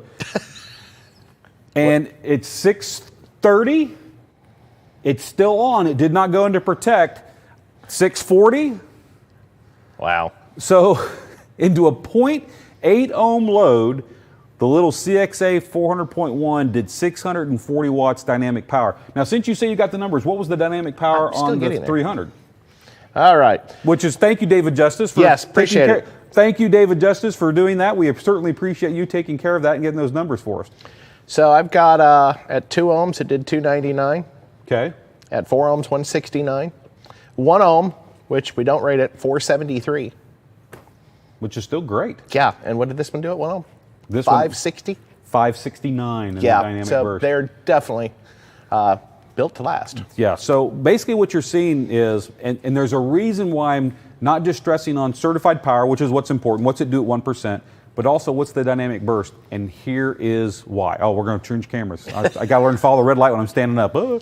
Follow the red Here's light. the reason, and here, I'm going to move this way so I get John, a little bit of come John on. in there. Just a little Cover bit of me John. up. He can't focus on the two different. I know. I know everyone out there who buys amplifiers, you're used to seeing, and we've done the same thing for years. There's an RMS power rating on the amplifier, and then there's always this magical, mystical peak rating that's on an amplifier. There's no definition in any textbook for it. No. No And standards. Nothing. But here's what's crazy about it. Theoretically, if you know how to calculate power, transistor loss, or anything, the magic number is 0.707. And so if you take 0.707 of a sine wave, and then if an amplifier could truly keep up, a 400 watt amplifier, a 400 watt RMS amplifier, is capable of being called an 800 watt peak amplifier because the peak voltage of an amplifier that makes 400 watts RMS is 800 watts. The thing is, there's not a single amplifier out there that makes double its power, not a one. Much less these amplifiers that are rated at 300 watts and they have these ridiculous power, 1,500, 2,000, 2,500. I mean, Big D, he tests those amps all the time. Hi-Fi Vega has shown you some of those things. There's a lot of BS numbers out there on amplifiers. Numbers. Yeah, we don't deal in those numbers.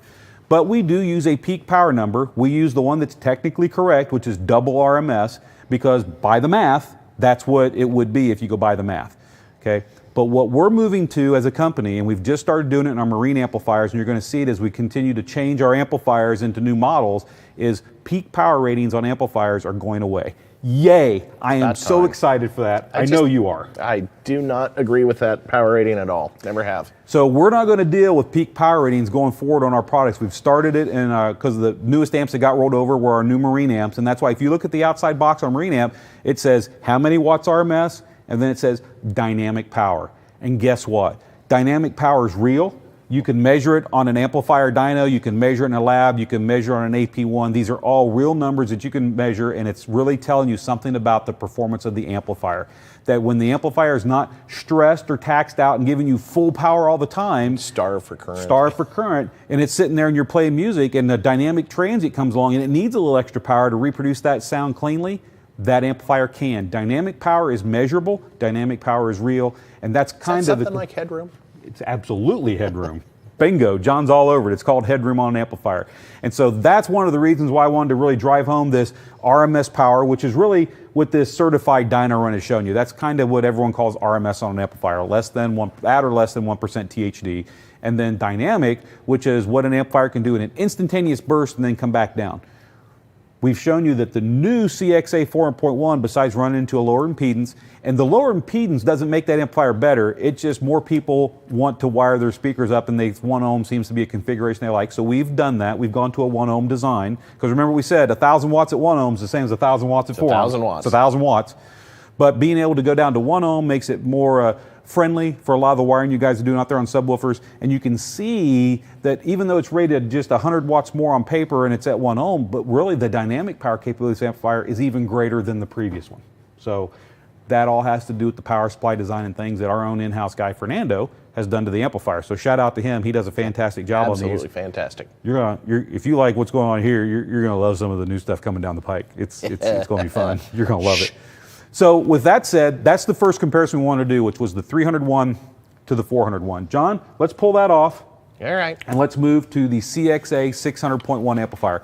And we're going to do the same comparison. We may not do as many of the numbers. I'm watching the clock and seeing how we're running out of time here. But I want to do the same comparison and show you what a 601 does versus the new 800.1. I think you all find this very, very interesting. And again, I can't watch every comment going through the feed. I try, guys. It just rolls so fast. But it's Sandy. If you have a good one that comes up you think we need to answer, please throw it up and just give us a shout out and let us get on that. Yeah, Fernando works at 5-star. I crimp ambidextrously. Ooh, I crimp ambidextrously. I like you. All right, should I go to the 600 there, Kip? Yep, let's go to the 600. Hey, it's magically the same size. Magically delicious. So here you go, 600.1. And where's the 300? I'll grab it. It's one of those. Okay. Oh, this is 600. I want this one, the 800. So that you can see, we're talking about, here's the 601. This is the older model. And there's the new 801. And they are identical chassis size. So just so you can see that. Show them the 300 one, too. Oh, yeah, and the 300. Yeah. Well, go ahead and look that one up while you're doing that. Give me that one. That's the one you want. This one. Yeah, you want that, the 600 Fine. one. And to give you an idea, so here's the old 300 one. And here's the new 800.1, which we'll get to next. You can see it it's just the gets same to a point chassis where size. you just can't make the amp small enough. Yeah. I mean, that's about as small as we can make. With all the parts that go into it, whether it's a 400, 300, 600, 800, this is about the chassis size you need for reliable cooling and all the other things that we put in. And you still have to have all the connections and correct all the adjustments. I mean, they take up real estate. There's all that other stuff that comes along for the ride. All that other jargon. So while John's hooking that amplifier up, I saw Sandy throw a question up on the screen. I'm going to come back over here and get to that real quick. So we got here on the screen, Flexin 500. Hey, Flexin, I know you're on the show a lot. Thanks for joining us tonight. So question, how is it that the output power is higher, yet the amperage pulled is lower than tone versus burst? Efficiency. Okay, the reason that is when you are pulling continuous, whether it's a tone or music, and understand, when we're doing a 40 hertz, so the certified run is using a continuous 40 hertz tone. You are pulling that power supply and everything it has, giving it no break whatsoever. It is being pulled down continuously, okay? You're gonna see easily on the meter the max current draw on that. When you're doing your peak or your dynamic ratings, sometimes those ratings, I forget the time, but I think it's like 1/10 of a second. But those things are so quick and happen that really a meter has a hard time catching that peak amperage draw that's coming. And that's why if you're looking at how much amperage is drawing, especially if you're looking at the meter, the one that's on the continuous dynamic run, that's going to be an accurate current draw. The one on the peak, it's so quick, it's because what's happening is that power supply is being attacked and let go, attacked and let go, attacked and let go. That's what that peak. And it just depends on when that meter samples it too. Correct. So the sampling rate of the meter and everything like that, that all changes that. So I'm going to go out and say that on the peak rating, I wouldn't trust what we're seeing on the meter as far as current draw. On the certified run or the uncertified run, either one of those, I would absolutely trust what that meter is telling me. It's just on the peak, because it's quick like that and the sampling time on the meter, we may not be getting a completely accurate amperage draw for that reading. Hopefully that makes sense to you, Flex. Great question. Yeah, thank you for that. That is a good question. I suppose you want me to write these numbers down now. I will, if you will. Certified 400 volt. Yeah, what we're going to do here is I'm going to back out. This is going to be fun. We're going to go into a certified dyno run, so that's where I'm going, certified dyno run. Obviously we're doing mono. Yes, I got both leads hooked up. And let's just go ahead. I'm going to skip the 4 ohm test on this, and I'm going to go straight into the 2 ohm load test right here. I'm going to skip the 4 because nobody's running their amps at 4. So I'm just going to skip the 4 and go to 2. Just because I'm looking at the time on the clock and I want to make sure we get all this kind of rolled in. So we're ready to go. We need track 4. Track 4 is our continuous 40 hertz tone. At 2 ohms. So I'm going to start the dyno test. So this is the CXA 600.1 into a 2 ohm load. Test is ready to roll. Which is what it's rated? Exactly. So here we go. Go, baby, go. And we're off to the races. Did I hit the button? Oh, you know what helps, John? Take it off pause? No. What helps is if we turn on the amplifier. Is the amplifier on? The amplifier is on. All right, so let me reset the dyno. I thought he turned it on, but I've been known to miss that I'm on track before. 4. Okay, should.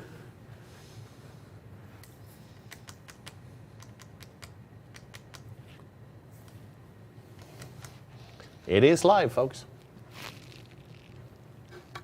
The monkey on this side of the table, you gotta plug the RCA cables in, folks. I'm just telling you that. Kip, you said you were going to do it Bluetooth. I know, I told you that, I lied. Here we go. I give you one job. I know, One job. I failed my one job. That's what's horrible. Okay, here we go. 40 hertz, RCA cables plugged in, remote turn on, 40 hertz. I bet it's going to work this time. Hey, let's see some numbers up on the screen. I bet you it's going to happen. What do you think? Yep, there it goes. Boom, 40 hertz detect. The clipping light at the top, that red LED lets you know it's coming to clipping. And so we are on, this is at 2 ohms, CXA 600.1, which is where it's rated. 607. We've got 607 watts. You know, Big Mike, I do the best I can, brother. I do the best I can. Sometimes you just forget something in the heat of the moment. I did. So we're seeing on that amplifier, we got 607 watts at 2 ohms. It's rated at 600, so we're right at rated. But what we're going to do is I'm going to back this up, hit a pause, and I am going to go into a 1 ohm load. Are you going to beat it up a Well, little let's go to 1.33. So this is a CXA 600.1 into a 1.33 ohm load, and understand we are now below its rated impedance. Just keep that in mind. It's so good, I bet it'll do it. Let's see. Let's see what happens here. I'm itching for the dynamic numbers power. are climbing. Things are looking good. Whoa, looky there. Really? Yeah. Is that an 8? 786. 786? Look at that. And it stayed out of protect. I'm Yeah. shocked. So that's slightly below its rated impedance, 1.33 ohms, and we got 786.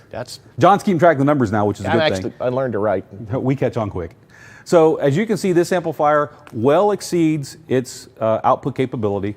It operates slightly below its rated impedance, which is good. And if we were to go down to the next step, I guarantee the amplifier would go into protect. As a matter of fact, let's just go ahead and try it. I mean, somebody wants to see smoke. I know they do. So 1 ohm. We're going to have to do an intermission if we keep this up. Da, da, Go get your da, popcorn. Da, da, da, da, da. Let's go out to the lobby. Let's go out to the lobby. And so we got a test running here, 1 ohm. I probably have to rewind that track. I bet I. There's so many buttons to push. That's why I got you on that side. Reset the dyno. 40 hertz sine wave. 1 ohm. Boom, 1 ohm. Half its rated impedance. Half its rated impedance. There we it go. goes. So you can see the blinking detect light, and there it went in protect. Yeah. So the amplifier got, oh, whoa, it just did a, it said, nope, I'm going to do it, I promise you. All right, so the amplifier, okay, I'm watching it here. I know we didn't get that caught on camera, but what was happening is it was going into protect, coming out of protect, going into protect, coming out of protect. So, which is what they're supposed to do. Which is what they're supposed to do. The amplifier it tried, it exceeded 700 watts. It tried to get there, but because of that low impedance protection circuit, it did what we designed it to, which is turn it off. Do not let it continue to run because it's either smoke or turn it off. So it did what it did. I'm surprised it did it. I was shut off completely. So I think that was a good run, a good test. So now, let's go back and we will do a dynamic test. I'm going to start a new column. You do that. So dynamic power mode, mono, next. Yep, we're good. 2 ohms? Let's go to 2 ohms. And I think it's Any track guesses? 1. Yeah, track 1. I'm going to guess, just for fun, 720. 720? Just a guess. That's your guess? All right, let's start it.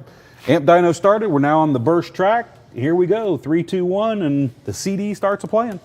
John says 720. I'm gonna say 750. Ah, we're both wrong. Hey. But still. Did more. At 2 ohms, the amplifier is rated 600 watts. Dynamically, it did 660 watts into its rated 2 ohm load, which is good. It's really good. 10% more. 10% more. And now what we'll do is just like before, let's back up. We're going to do that dynamic test again. And that was at 2 ohms. Mm-hmm. Let's do it at 133. So it did 53 watts more. Are you going to hear that? 53 watts you won't hear. So there's no advantage to wiring it down to that. There's no advantage at all. But here's at 133, dynamic burst on this amplifier. And boom, 877, John. Look at that. Amazing. 892. It's still going. It's still going? Okay, it stopped. 892 watts. So that's 106 more than it did before. I hate covering up part of John, so I'm going to go right ahead. No. So the 600.1, understand it's rated at 2 ohms. That's what it's designed to work at. We shut them off below 2 ohms. Actually, it's a little bit below that, as you can see from the testing we've done here, but that's where it's designed to operate. And then at a dynamic burst at 1.33, we did how much? 892. 892 watts out of this little powerhouse. So keep these numbers in mind. John's got them wrote down because now we're going to switch over to the new CXA 800.1, which is basically the redesigned, upfitted, tooled, Fernandonized. Ooh, that's a word. Fernandonized. Ooh, there's another Kippism. It's been Fernandonized. So we're going to switch over to that amplifier. Are you going to plug the RCAs in this time? I promise I'll plug the RCAs in this time. I'll do it. So John is undoing the wires back there. I'll give him a hand here, get the other amplifier out. So now we're moving to is same chassis size, but this is just the new model. Again, that's been gone through. It's had a lot of tweaks and improvements that were done to it, especially on the dynamic power front. And not for this test, I mean in production. No, not for this test. I'm just talking about when we changed the models over, when we came out with the new model. So here's the green tag. Means it's ready to go. There you go, John. And I'm going to plug in the RCAs. I think we forgot to mention current on that last one. We did, 97 amps. That's a ton of current. So on that last test we did on the 600.1, when we were pulling not the peak test, not the dynamic test, but the certified run test, we pulled 97 amps of current out of that amplifier. So that's a lot. Run 4 gauge minimum. Yeah. And that's really, I mean, we have, truth be told, A lot of people buy an amplifier this size. I'm not talking about the ratings on the box. They just see the size of the amp and they're like, oh, that's fine. I can run that with 8 gauge. I've had guys say, oh, I can run that with 10 gauge. I can a $29 power kit. Yeah, you can't, guys. This amplifier, to get the full performance out of it, you need to run 4 gauge power and 4 gauge ground to this amplifier. It needs it. Bingo. Bingo? RCAs. RCAs, check. Remote turn on, check. All right. 2 ohms certified. So now we are going to go back and understand this is the CXA 800.1 now, and this amplifier is designed to operate, give you full power into a 1 ohm load. So we're going to go into the certified dyno run, and what I'm going to Do the 2 ohms so we got a comparison. That's exactly. I'm going to go to 2 ohm. We're going to do the 2 ohm load first. So enter. We need to go to track 4. 4. And then I'll get my big head out of the way, start the dyno test. So this is the 800.1 into a 2 ohm load, and here we go. We're off to the races.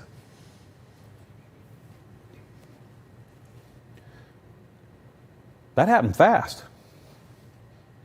I'm going to restart that test. Yeah, that was a little quicker than... Hit reset on that.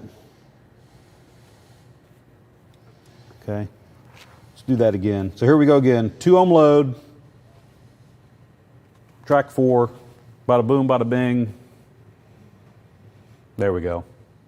So you can see the detect light's on, the distortion LED comes on, and at 2 ohms, this amplifier made 631 watts. Versus 607. Versus 607. So 24 watts more? 24, 25 watts more as far as 2 ohm versus 2 ohm, which is the other cool part about this amplifier, and what we did when we designed this. I want to get John's picture here. A CXA 800.1 puts out, as you can see by the measurements, at 2 ohms, the same power that the CXA 600.1 basically did at 2 ohms. So if you need to have 600 watts or 300 by 2 to a pair of subs, say a pair of comp woofers or something like that, you can still use a CXA 800.1, just run it into 2 ohms. Plus you get lots of dynamic headroom and power supply headroom because you're not running the amplifier into its full limited capacity. So that's really cool that you, at the 2 ohm rating, you're getting the same power that we're getting out of the 300.1 or the 600.1, but we can go down one more step, which is into 1 ohm, which is what we're going to do. 1.3. Yes, let's do 1.3 first. So I'm going to back up out of here. 1.33. That way we got another 133. comparison. Enter. Start dyno. 40 hertz test. Kip out of the way, and away we go. And so you see here the detect light's on again. Peak indicators are coming on. There's distortion. There's clipping. And so we're at 1.33 ohms, and we've already exceeded rated power. Yeah. So this CXA 800.1 rated Certified. 800 watts, certified. A certified power just did what, 822, John? Yes. Okay, so versus 786. Versus 786, so a lot more power at 1.33 ohms, and we're not down to 1 ohm yet because that's the next test that we're going to do. So hang tight. I'm going to change the settings here. Fast forward.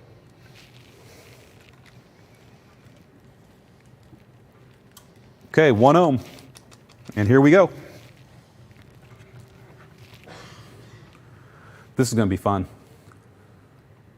This will probably surprise some people. I think this will surprise some people. So here into a 1 ohm load, the CXA 800.1, 964 watts into a 1 ohm load. So someone said earlier, and I wish I could remember who it was, I apologize, I can't keep all this going, but said it's a 1,000 watt amp all day long. You're pretty darn close on that. The CXA 800.1 is probably good to call it a 1,000 watt amp all day long.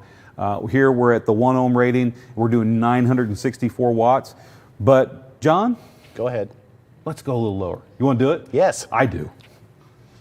Because you know people are going to do it. Oh, they're going to do it anyway. We tell them not to, but they're going to do it anyway. I know the crazy part is right now there are some people out there disappointed there's not been any smoke yet. But that's, you know, so 964.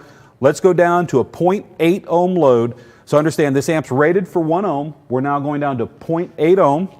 We're going to go ahead and start the test. This is the certified run. Yeah, and that's what's amazing. That's the certified, the 1%, not the Correct. 10% number. So this is the 1% number. So this is very good. And so here we go. Climbing up. Come on, do it, baby. There we go. The little CXA 800.1 into a 0.8 ohm load, you're looking at 1,060? Yep. Is that what I saw? 1060. That's what I wrote down. So Yeah, I'd say it's a 1,000-watt amp all day long. But now let's have some fun and let's do the burst test, because I think this is going to be shocking. No Yeah. pun intended.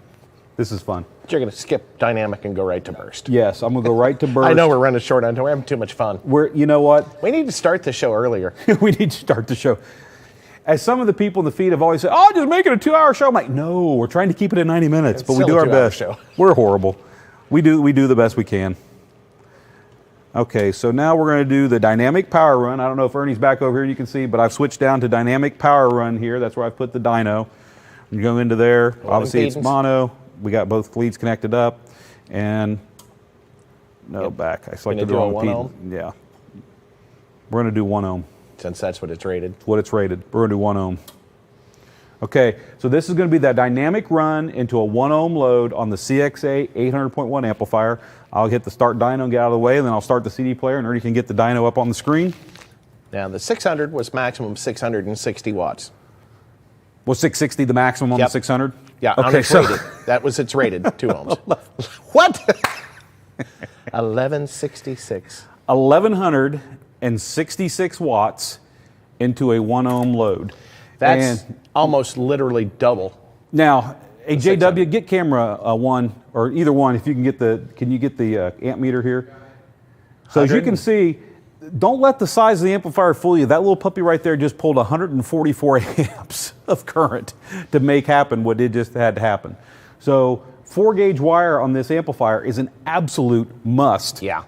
You can't get away with not doing that. Let me clear the min max, go back to max. I'm going to back up. What do you think? Dynamic at 1.3? Well, that was at 1 ohm. Yeah. Oh, I mean, 0.8, yeah. Want to do 0.8? Why not? You want us to do 0.8? I want to do 0.8. Let's do We haven't had any 0.8. smoke yet. No smoke? Let's do it. All right, so dynamic burst. Okay, we're set and ready to roll. Okay, so this is a 0.8 ohm dynamic burst on a CXA 800.1. Just for fun. Just for grins. Did you hit play? I There it did. goes. 1243, 1250, 1252, 1254. Didn't go into protect. Nope. So we're looking the CXA 800.1 dynamic burst capability into a 0.8 ohm load did 1,250 watts. That's like 50% overrated. What did the CXA 600 do? It did 892 at 1.33. So this new amplifier design and dynamic power capability is 50% more. 50%. That's huge. So even though it's Same only, size. yeah, And same, price. same size amplifier, same price amplifier, you go down to a 1 ohm capability. It's had a lot of tweaking done inside the design to go from the 600 to the 800. So on paper, it's 200 watts more, but in reality, you're looking at that much more power dynamically into a 0.8 ohm load, and it didn't go into protect. Now, if we go down to 0.67, I promise you, well, I don't know. Don't make any promises you can't keep. If it doesn't shut off, I'm going to I'm feel not horrible. betting on this one. All right. This is 50-50. All right. Points. All right. So Ernie, catch this. All right. So I'm going to do it. We're going to do a 0.67 ohm load dynamic burst test on the CXA 800.1. They're just And making understand, smoke. this testing we're showing you guys, this is not me telling you go wire your amplifier down to half an ohm, because you are going to have problems. The protection circuit will turn it off, but I'm just showing you what it's capable of. And if it does go into protect, that's good. It's showing you what the amplifier is designed to do. So let's start the dyno. This is a 0.67 ohm load dynamic burst test. See how far it goes before it goes into Let's see protect. what happens. Did we go into protect? I may need to rewind the track. I probably ran out of track. Ran out of tape. I guarantee I ran out of track. Yeah, there's a store called Tracks. Okay. Really? I'm a liar and I don't want to be. Really? Okay, look at that. 1,526? Okay, it didn't go into protect I at didn't. 0.67 ohms. 1,526 watts. That is literally almost 100% more than rated power. Yes, that's almost 100% more than rated.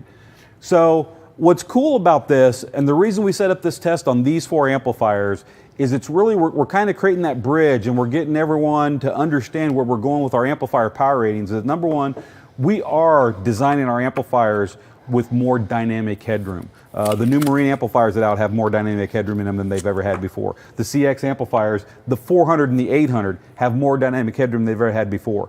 I don't want to say the rest of the CX line because these are the only two that went through the major modification change. We just can't do everything at the same time. But as you can see, where we're going with the amplifier design, you're getting a whole lot more for your money. And the dynamic power capability it's there. It's measurable. We're not going to put peak power ratings on the boxes anymore. We're going to tell you it's this much RMS, it's this much dynamic power, and hey, you know what? Don't believe us. Go to your favorite YouTuber like Big D or whoever's testing amplifiers, and these are numbers that they can verify on an amplifier dyno. And I personally think as an audio enthusiast, that's huge because I have never liked putting peak power ratings on anything because they're so misleading. They don't really tell you the story about an amplifier.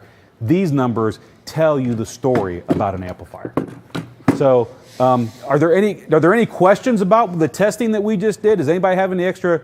Yeah, the extra headroom protects your investment in your equipment. Joseph Dunphy, yes sir, that is completely accurate. That extra headroom, as long as you run your amplifier clean, you're keeping it in that that low percentage range, and you got your favorite music you're playing. The fact that amplifier can reach up there and it can get those higher signals cleanly and do that's huge. And yes, having that extra dynamic power on tap is a big deal. It just makes it sound so much better. And understand, we're talking about our entry-level amplifier. This isn't a high-end. I hate to use the word. Our entry-level stuff is not entry-level compared to most other things. It's just where we start. It's just where we start. Good. I like you saying that. That's exactly where we start. So these amplifiers, I really hope you've enjoyed what we've done there. What I want to do, I'm looking at the clock, and I know it's 9:06. I want to get back around the table, John. Let's do our nightly winners. Let's do our MBE winner.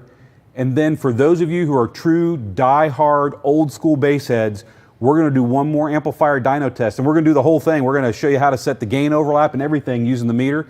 But we got an amplifier that if you're an old school guy, you're going to love seeing this next test. But we'll get the important stuff out of the way, and then we'll come back to that. Sound good to you? I thought that was important. It's all important. But we're having a blast here, guys. I hope you know John and I really do like doing this stuff. So let's get back around here. Now we may have to do a little creative wiring on this one. We may, yes. Because it's not designed for 4-gauge wire. We'll get creative. Yeah, I'll get it. We got a toolbox over there. We'll make something work. So with that said, everyone, I hope you enjoyed that little compare and contrast and rundown looking at the CXA 300.1 and the 600.1, which are, if we actually go back, those amplifiers would be 5-year-old now from when they first came out. So about 5 years. And then the new models of them, the CXA 400.1 and 800.1, we are always looking to expand and give you more for your money and give you a reliable, great sounding amplifier that's giving you as much power as we can with all the other features we put in a Kicker amplifier. We have a true preamp. We have a great signal-noise ratio. We have fit input technology, which accepts up to 40 volts. Yeah, on the new CXA. You can literally, guys, if you no line output converter, do not use them. Don't use them. You do not need a line output converter with the CXA amplifiers. As a matter of fact, the only time I'd recommend you use a line output converter is if you're dealing with a car that you need to get your bass back that the factory's EQ'd out, and you'd add a key lock. Yeah, or signal summing. Or something like that, exactly. But don't just use the step down, the high to low, as they're commonly you called. don't need to. There's amplifiers designed to amplify a signal. Let it do its job. Why take a high to low? You take a higher voltage, drop it to a lower voltage, then send it to the amplifier and make it work even harder. Exactly. So pardon me, I had to get a drink, guys. My voice there's yours back, so you got it. So I hope you guys enjoyed that. I would love for you to give some great questions in the comment feed or drop them into social at kicker.com, get them into Bill Frog's inbox. If you enjoy this kind of testing and seeing these things, we'll set up more tests like this on other products in the future. Just need to know if you guys really enjoy this. I'm looking at the number of people tuned in, and the questions are just, the scrolling on the text feed is just so fast I can't watch everything. So I know there's a lot in there.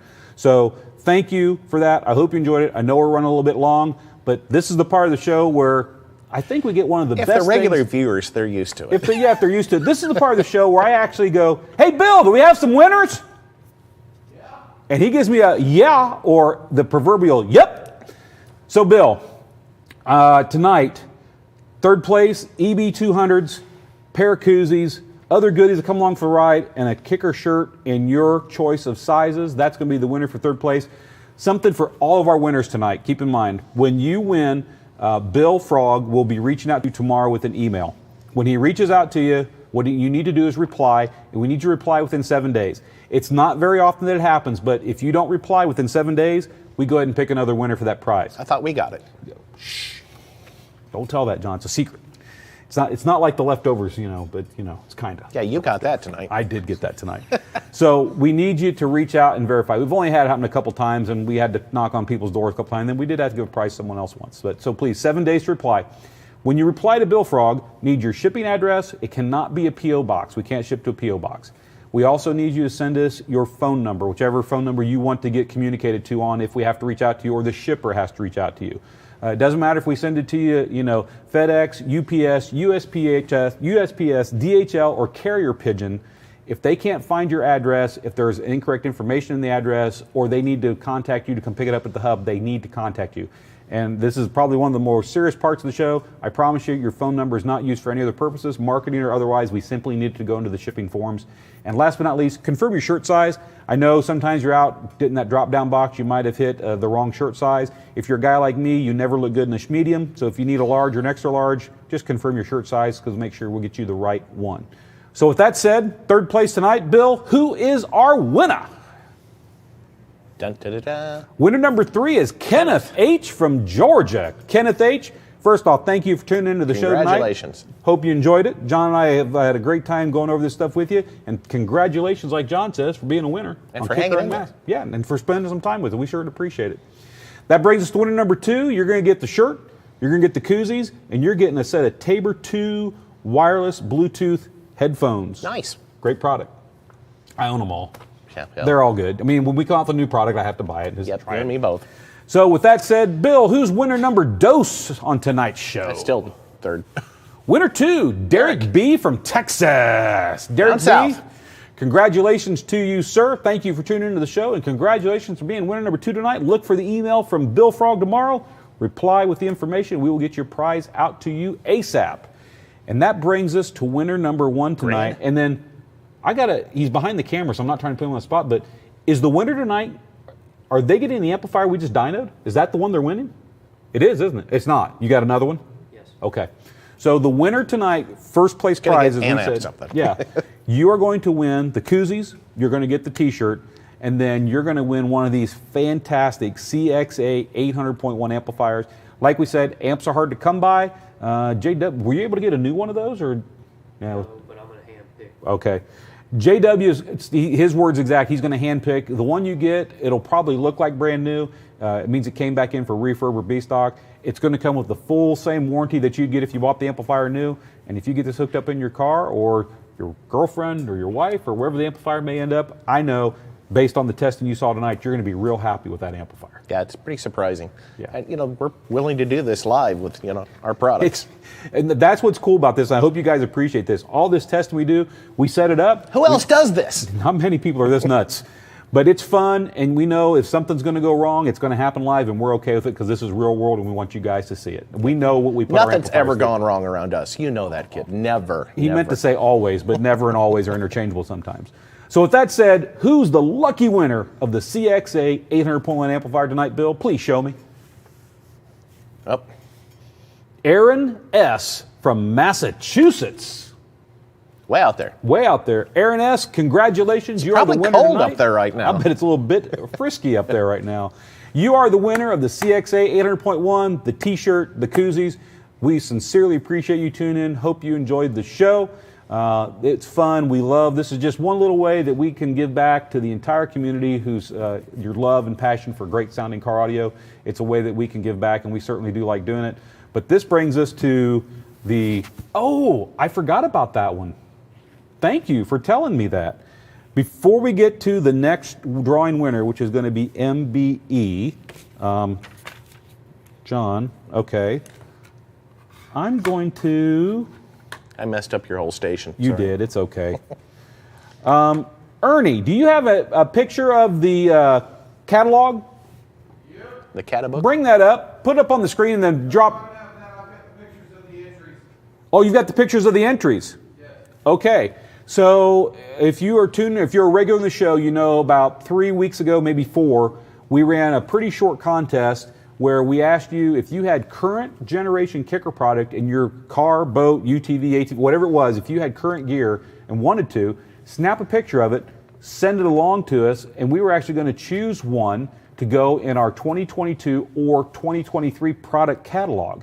And so that contest ended last week. We looked at all the entries. There were some great entries. There's some fantastic entries. Some really creative people out there. So before I announce the winner of that contest, we've got about seven of the runner-ups. Okay, let's go ahead and bring those up, Bernie. Let's look at the runner-ups that send in pictures on here. So this is one of the runner-ups that sent in their photo. As you can see, very clean, detailed, nice system. If this is your vehicle and you're watching us right now, thank you for sending in the photo. You were definitely in the top running contenders to be chosen for the catalog. So this is number 6. Here's number 5. Beautiful install. That is absolutely gorgeous. I mean, it's those woofers back there, very nice looking box. L7T, one of my favorites. The L7T it's a sleeper. Yeah, and I like the way they loaded the ports up under the back window. It's awesome. The amplifier's down there in that nice recessed area. This was another runner-up for first place. Blew the headrest right off the seats. Yeah, took them completely off. Hopefully there wasn't any heads attached to it. This one here, we wished we'd have had a little bit better pick, like maybe from straight underneath, because I can just tell this is a fun looking ride. This is on an ATV, UTV. I want to go for riding that. But this was in contention for the winner right there. Move on to the next one, Ernie. Gorgeous. Nice. Very nice system. Someone did a lot of nice work. Yeah, it's a Corvette. I would hope it's a Corvette. or it's a Chevette and someone wants to feel like it's a Corvette. One of the two, but. Or Batman wannabe. Batman wannabe. Fantastic looking ride. Another gorgeous install. And this is another fantastic looking one right here. Just absolutely gorgeous. But I think that's the last one before our winner, correct? Yes, sir. So our winner. And I like the way they put their logo on there too. Actually, there's one more. Okay, one more. Oh, this one's gorgeous too. Yeah, absolutely. I mean, you can look at the detail work in this and the stitching and everything. That's a gorgeous vehicle. So these were the top ones that basically, when it boiled down and we looked at every picture it was sent in, it boiled down to these 7 entries that we looked at. And so I don't even call any of these second place or third place. These are all the runner-ups to the one we picked. We had to pick one. We had to pick one. They're all great. So if any of those previous pictures are your vehicle, you should be proud of it. It's fantastic, and it made it into the very top rung of where we were looking at. And a panel of specialized judges that consist of the people who were high on Mountain Dew and call everyone Chip. They made the final decision on who it was going to be. And so, Ernie, if you'll bring the picture up on the screen, our winner, believe it or not, and this didn't have anything to do with why we chose it, just this happens to be it. This is actually from a shop called Street Customs, and they are in Durban, South Africa. So it's pretty crazy. We reach a lot of people, though. When we say the show gets around, the show gets around. Around to the other side of the planet. But this is an install out of Durban, South Africa from a shop called Street Customs. So if anyone from there is watching tonight, or if this is your vehicle, congratulations, you are the winner of the catalog contest, and this is going to be featured. And we don't know if it's going to be the 22 or the 23 catalog. Once we know which catalog it is, we will definitely announce that information here, because I know when it's out, you're going to want to have a copy of this because it's pretty cool. I think we need to send them one. Well, either way, you'll get a copy of the catalog with your vehicle in it when we reach out to you, because we've got all the information about who it is. So fantastic car, fantastic winner. Thank you, everyone, for participating. And look for other little contests like this all the time. We're always looking to try to find something creative throughout here on Unmasked. We appreciate Kicker fans and looking at those installs. Without the fans, we couldn't do this. Yeah, this means without you guys, we'd have to get a real job. Yeah, I don't want to flip burgers. No. I have a hard enough time. I'm good at eating them. I'm bad at this, and I don't know what I'd be worse at. So, John Kipp, good job, fellas, digging the beard Kipster. Hey, thanks for that. It felt like it was time to, It's getting colder out. It's a lot of salt and pepper, but at my age, it's what you get. So Uncle Kip, he's sporting the beard, and I'm going to keep it for a while, I think. I think it's going to be definitely my winter attire. I like having it on. I've seen you with beards before. You've seen me with beards when they weren't this color before. Yeah, exactly. You and I have been friends for a long time. Yeah. So with all that said, that's our grand prize winners for the night, 1, 2, and 3. That is our catalog contest winner, and that brings us down to the contest we ran for the last 5 weeks. Our master of ceremonies, Mr. MB from MB Enclosure. Bring him aboard, please. I'm going to throw an earbud in so we can hear him. Yeah. There he is. There he is. There's my man. He's How you still doing working. tonight, MB? He's got a different box out there now. Oh, yeah, this is the one. Hey, Vance Freeze, real quick, I'm watching the comments. Vance Freeze says, hey, Kip, my call sign. So obviously he's a ham operator. So Vance says his call sign is K1. I missed it. Is it K15? I got to catch this. K15 KER. So Vance Freeze, his call sign for ham radio is basically Kicker. Yeah. That's cool, Kicker. Vance. Thanks for sharing that with us. Kicker. Our Yeah, loyal a lot fans of will love servicemen it. watch this channel too. A lot of servicemen watch Kicker. A lot of servicemen. Do they really? You would probably, do you man. do a lot of boxes for service? I had a guy build a box for a serviceman. I think he was a Ranger. He was in, I can't remember where he was at. But anyway, he paid for the box and said, man, if Kicker mess with you, I'll mess with you. And he said, I won't be back for 3 months. I said, what day? This show has a long reach worldwide. That's awesome. A long reach worldwide. I'm trying to find a way to say this. So just first off, I'm an audio enthusiast. I'm a video enthusiast, home and car. I'm cursed to like You're a everything geek. that's electronic. You're the same Yep, way. nerd, geek, whatever you Yeah, me too. We're geek. We're nerds. We are. But what I'll say is, Yeah. I came across your channel when you were in much smaller numbers and watching what you do. And when I did that shout out to you on the show, I mean, I hadn't talked to you. You didn't know that was going to happen. It was a topic we were talking about at the time, and I was trying to find a good analogy for it. And you were the guy that came into my head because I've been watching your content. So when I did that shout out to you, that was a sincere shout out from me, not necessarily just Kicker, but it was my sincere shout out to someone I see out there who's doing it right. Thank you. Yeah, thank you. And from that time to now, it's been amazing. It's been an amazing ride. And it's still a good ride. It ain't over yet. Stop. Don't do that, John. Hey, y'all two on the show is crazy. Y'all two together is just ridiculous. y'all feed off each other and say that. Like they said, man, I can't flip burgers, but it ain't good. I can eat a couple of them, though. Oh, I my actually wife had a like to burger for die. lunch today, and it was good. Yeah, my wife love hamburgers. Then my wife, she said, "It's gonna be a family show." Keep talking about this is the most fun you can have with your clothes on. I said, "Oh yeah, he said that, baby. He did say that. He did say that." We could have said some other things, but we didn't. I've only got one get out of jail free card, and I haven't used it that I'm aware of yet. So we'll try to keep it there. Yeah, But you know, man. when we did that shout out, and then we had you on the show, it just felt appropriate. And I'm so glad you wanted to work with us and do this. So this is what we're giving away is an enclosure that you have designed your way, and it's for two. Whether it's was going to be the L7 Rs or Ts, excuse me, Ts. And we've upgraded it to L7Ss. So we've got This a pair of is crazy. L7Ss to go along with it to go in that box. And the lucky winner, so this is going to be for 2019 or newer, is what you told me, Crew Cab Yes, sir. F-150. And, Yes, and as sir. you've told me, the reason you chose that is because it's the most popular, Number one. highest selling vehicle. Number one selling truck, American made. It's three things. Two vehicle number one. Number one selling truck, Ford F-150. I got one for my son. Built Ford tough. Number two, built Ford tough. Is built Ford.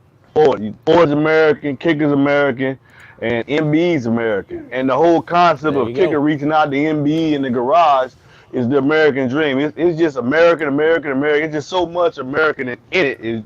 I'm gonna stop Is it right there American? before I get my. It's American. I'm gonna stop before I get myself in trouble. America. With certain people. America, made in the USA, baby. We love it. Well, MB, sincerely, you're the real deal. I am so glad that I came across you and have been watching your content. I love watching what you're doing. Your Friday night thing that you do, it's really loose and open for anyone out there. If you haven't tuned into it, MB does a Friday gave Night me a plug Live. on my It's fun. You got to go watch it. It's fun. He gets the boss. I say his wife, but it's the boss. The CEO. He gets her involved in the show.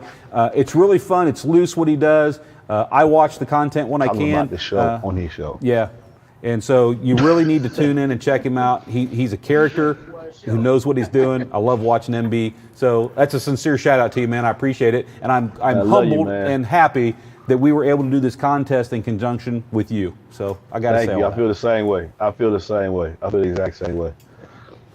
So with that humble. said, we've got the enclosure, we've got the woofers, we need a winner, and I got the name right here on a piece of paper. Are you ready? Yes, sir. Let's go with it. The only thing that'd be crazier is if the person who won is someone you've met or are doing an order for already. That would be crazy. Yes, that would be crazy. 'Cause I had to refund his money. Here you go. You got it. That's counterintuitive. He can just buy some more. He can buy some more clean power because you got to have that too. Yeah, you gotta have that clean power. Need What is one it? of those Power is CXA cheap, clean amplifiers. power. And that's what I like about what y'all just did on your amplifiers. There's a big amount of power. You get what you want. Power is cheap. Clean power isn't. The signal noise ratio, the slew factor, the dampening factor, the dynamic P, the things that Kicker do on these amplifiers, it's a whole new game in the 21st century, and Kicker ain't lost a step. They're finna hurt a lot of people's feelings. I'm glad to hear you say that, and I got to give a plug to our guys in engineering because these amp dyno tools that Tony and Steve Mead have available and promote, these are tools that are fantastic. If you're someone who's a tweaker, a tuner, you're playing all the time, if you're helping buddies set up systems, these tools are invaluable, especially the portable meters.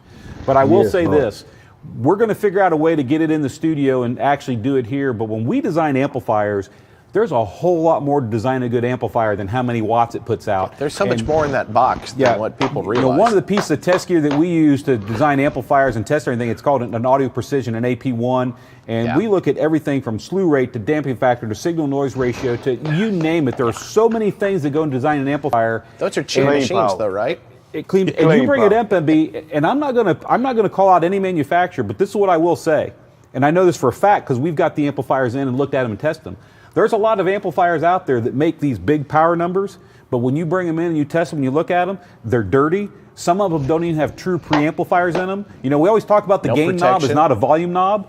Well, some of these amplifiers, that gain knob is a volume knob, and they don't have a true preamp, and so their signal. Some of these amplifiers have signal noise ratios that are in the teens. Well, here's the nice thing about, if they have a volume knob for gain, so I'm not going to call out a brand. I'm just going to say what you say, what you promote about power is 100% spot on. You need to have clean, reliable power, and it needs to be built for more than just watts. That's the truth. Then y'all giving clean. I say all the time, power is cheap, clean power isn't. And then y'all giving out a 400 watt amplifier for $150. Our CXA. CXA 4.1 that we test. I try not to. I'm proud of working for Kicker. So is John. So are all of us here. So I try not to cross that line too much. But this is what I'll say: our CXA 400.1 is the #1 selling amplifier in the world, hands down. The CXA 400.1 is the #1 selling amplifier out there. And it's because it's clean, reliable power that's affordable. You buy a Kicker, don't break. They don't break. They have great protection circuits. And if you buy a Kicker wire kit at the same time you get the amp, you get a 3-year warranty on the amp. So you're looking at a $150 amplifier. You saw all the testing we just put it through. You can get a 3-year warranty. All we ask is buy Kicker wire so we know that it's true American wire gauge solid copper, and we know that amplifier is going to be trouble-free for years to come. We know it. Yeah, that's great. And then with the product, you get it. Like I said, you get a custom box if you want to go 38 and under, but you can get Kicker prefab boxes and pair it with the amplifier, and that's all. If you got clean power, you don't need an efficient subwoofer and an efficient enclosure, and you plug and play, and you can't beat it. If you want to go 38 hertz or below, 38, 36, 35, 38 hertz and under, get you a custom box. But other than that, you can get your prefab box. I tell people, man, I want to tune a 3840. Bro, don't call me to tune a box 3840. You can buy that from Kicker, man. I'm just serious. Well, you can, but if they're looking to go that route, I'd recommend a quad box. We tune it at 31. Now the quad box, that's where the custom boys are. We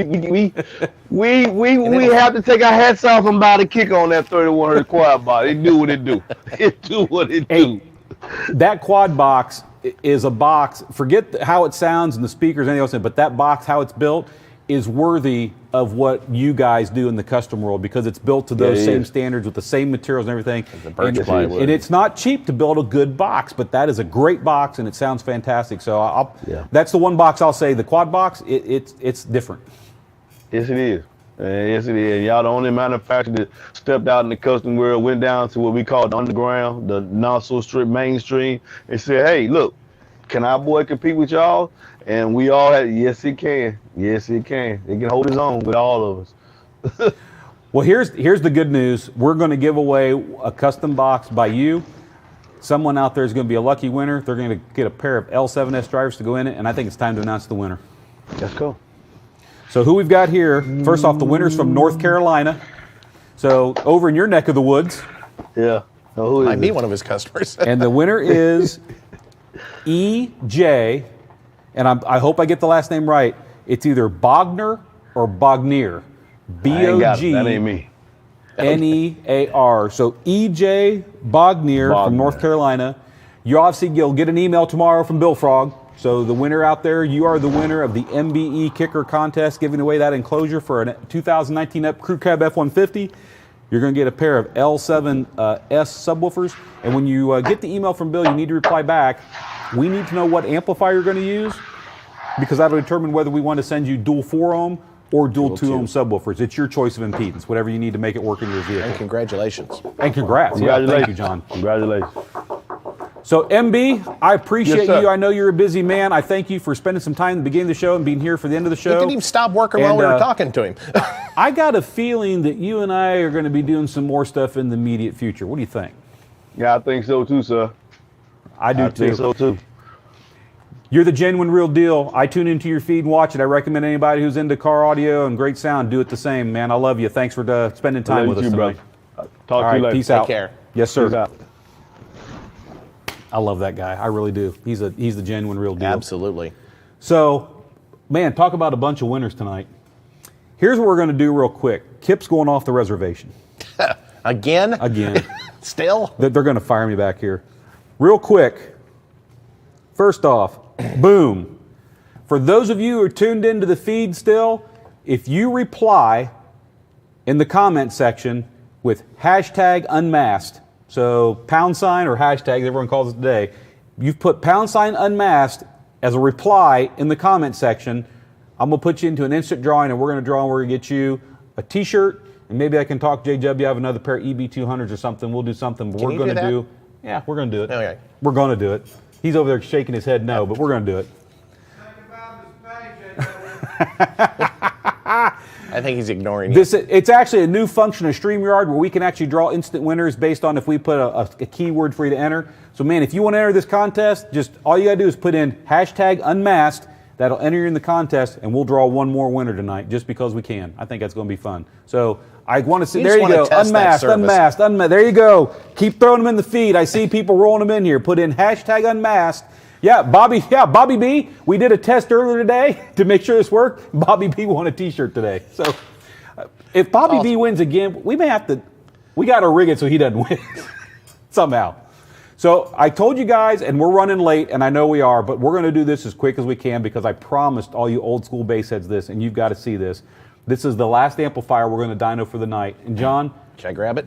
Bring it out. If you're an old school, you're going to love this. John, what do we have there? I think we got a ZR240. So just so you guys know, this is a ZR, as John said, it's a ZR240. And we're actually putting together a little, like a history through car audio, not just Kicker car audio, but car audio in general. And this is from 2000. 240. Yeah. ZR. 96. 96? It's when we started the ZR, when you and I started. So this is old. 25 years. So shout out to Roger Demery. He's the guy who's in charge of putting together this little museum edition that we're doing. And Roger gave us this amplifier is brand new. When I say brand new, we cracked the box, we pulled it out. We're actually going to turn around and show to you as we hook it up. There are paper seals over the speaker terminals and over the power terminals. We left them on there to show you as we do this. Being this old, they may not even peel off. We may have to get creative to get these seals off. But we're going to dyno test an old ZR240. We haven't powered it up. We don't even know if it works. We don't know if it's going to go up in smoke. It's literally brand new out of the box and has been sitting around since 1995, 96. It's been around here a while. And we're going to have to do some creative wiring. JW, can you get us a close-up on Cam 1? I want people to see this. So when we say it's brand new out of the box, we're not exaggerating. You can see there is the paper seal. Ernie, can you give me a close-up on 1? Thank you, sir. Probably the last fresh one in the world. Yeah, it might be. We just opened it. Yeah, we just opened it. So we are, you want to talk about we do crazy things on UnMasked for you guys.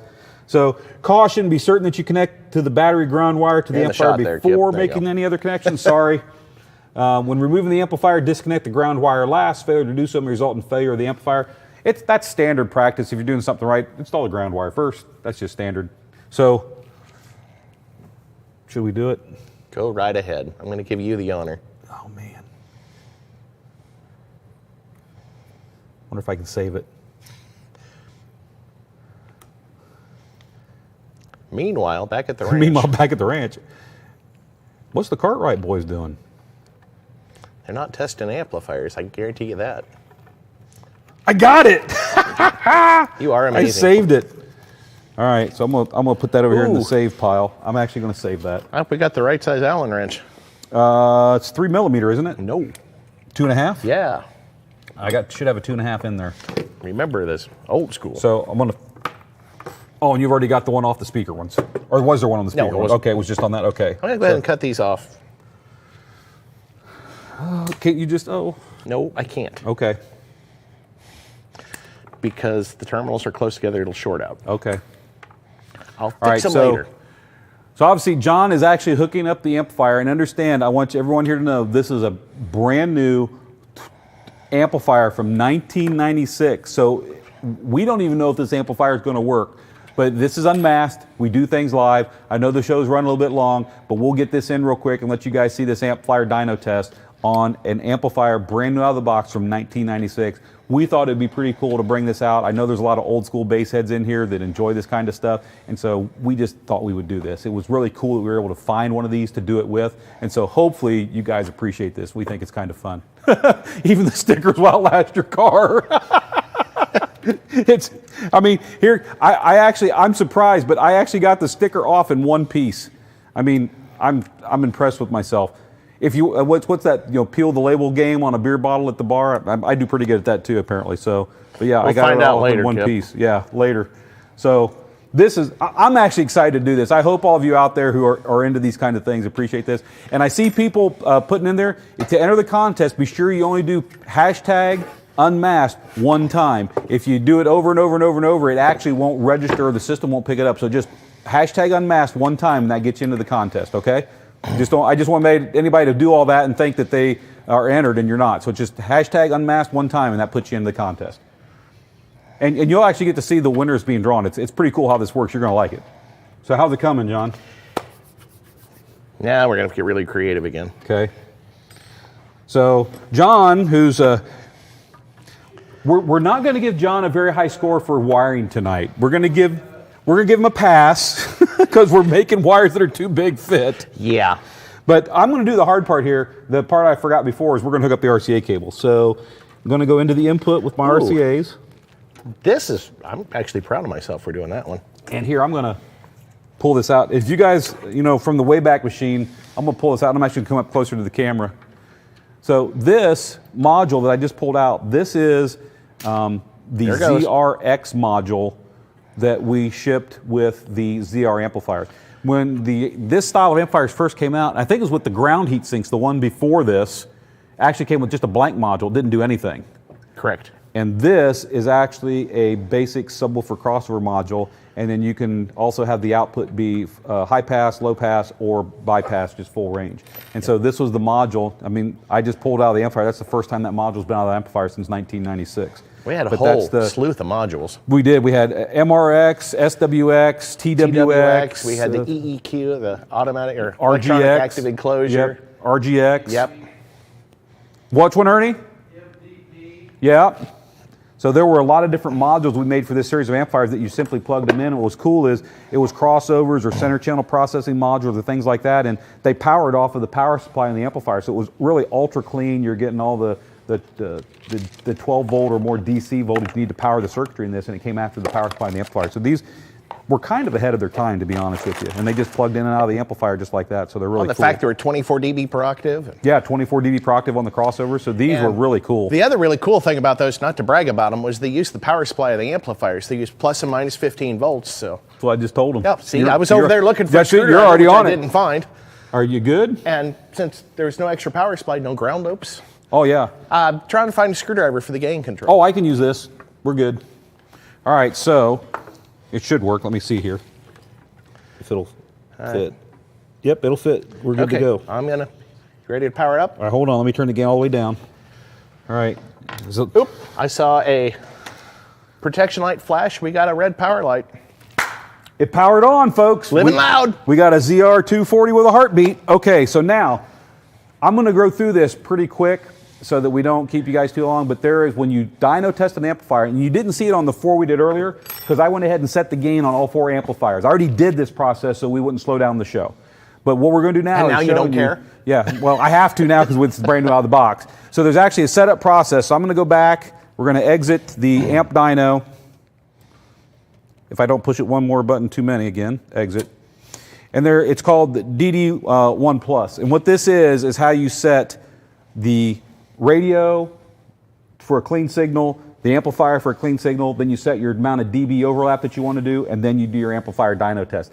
A lot of times you don't see this process in any amp dyno test you see online because it takes so much time. It's streamlined if you don't have to do this, but anyone doing a dyno test on one of these has to go through this process. So you're going to see me do it.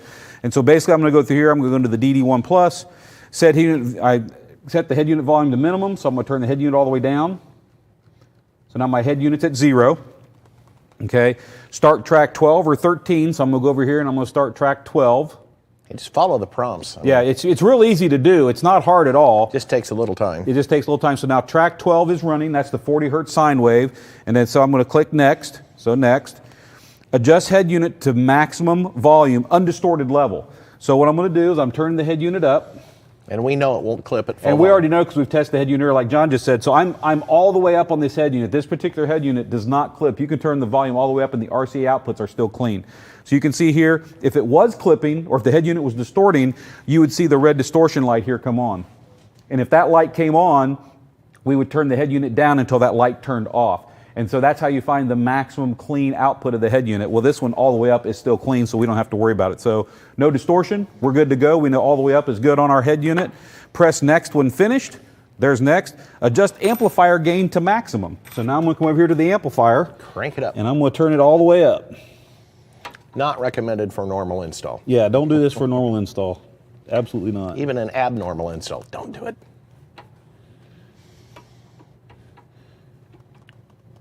Okay, amplifier is now all the way up. Now, as you can see, I've got the amp all the way up, the distortion light's on. We've got, obviously, this amplifier is at maximum output. I'm going to press next when finished. And now, at change to track 14 or 15. So I'm going to go to track 14 because I know that's the 40 hertz sine wave. Okay, 40 hertz sine wave, which is what we're using, so we're back. So I've changed the track. I'm going to click next. And now, this is where you adjust your dB overlap. And the most common thing that you do on most amplifiers, you set it for 10 dB of overlap. And what that gives you is that when your radio is all the way up, you're actually 10 dB over what it is all the way up. And what that gives you the ability to do is if you're listening to music that's older recordings, quieter recordings, that you still have enough room in your volume knob to get your amplifier to full output. So I'm going to come back over to the gain knob on the amplifier, and I'm going to get out of the way so that he can see it here. And I'm going to turn this down. As you'll see I turn it, you'll see the dB overlap is coming down. I was at 20, and I'm bringing it down. I'm at 12 now. I got to put my screwdriver back in. And I want to get down to 10. I think you passed it. I did. There's 4. I got two judicious. The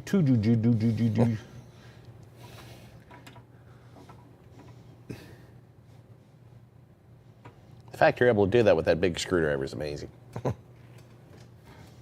I'm gonna go back to track 14. Restart it. Make sure I'm.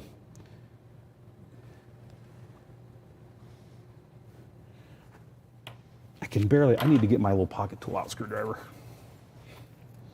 Should have given you one of those KICKER multi-tools. You should have. I got a little tool here I can do. A pocket knife, something with it. You might want to crank that pot a couple times and clean it out. Crank your pot, Kip.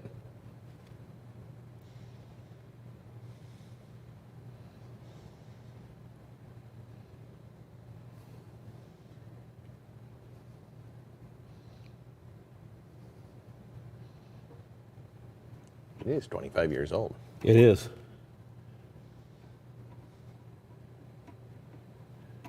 Okay, I don't think I'm gonna call that good. We'll see. Okay, so now I need to pause the track. We'll see what happens here. Okay. Let's try a certified dyno run and see if what we did worked. I'll move over here so I can see the screen too, because I'm excited. I may have to go back through and adjust that gain again. I may have messed that up, but we'll see here. So we're going to go mono. We're going to go next. Now, ZR240 was designed for 4 ohms mono, 2 ohms a channel, 4 correct? ohms mono, yeah. So 4 ohms mono was its rating. So we're going to go to 4 ohms. Mono. 4 ohm. Cannot, okay, so I need to go back through the DD1. Something didn't set up properly on the DD1. Let's do it again. I'd blame the guy that wired the amp. I would too. The other thing that was cool about these was the optocoupler that isolated the chassis of the amp from ground. That was kind of revolutionary in its time. We've always had a lot of good technology in our products. Okay. Set unit to minimum, start track 12 next. Adjust head unit to max. Head unit to max.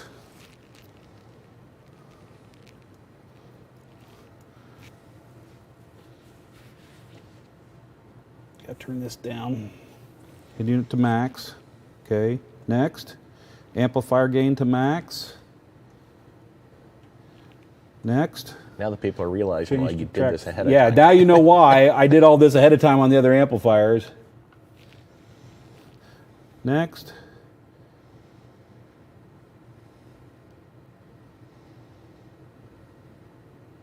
So basically what you're doing is gain matching the amp to the, Correct. the meter.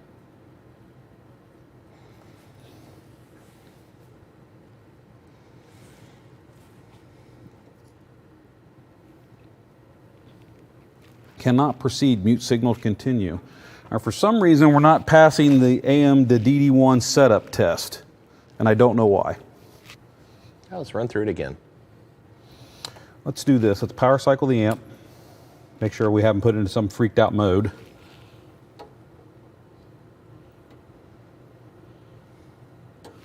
Okay. Amplifier on.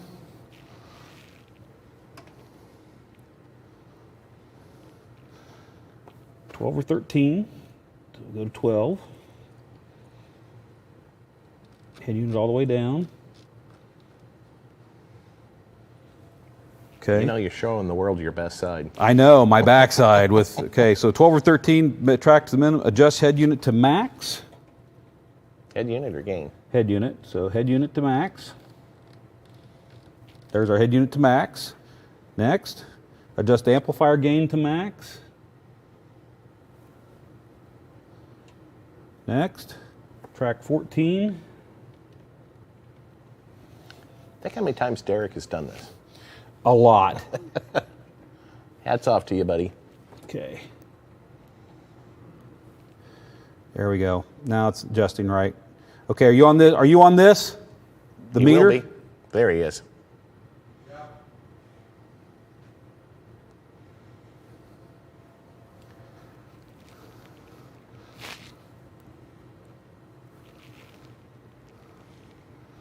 All right, let's see if it works.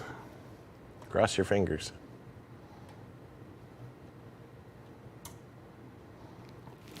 Four ohm. Here we go.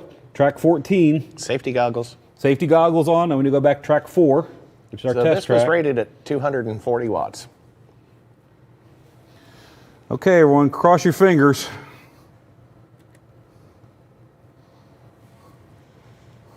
I'll get out of the camera view. There he goes. And here we go.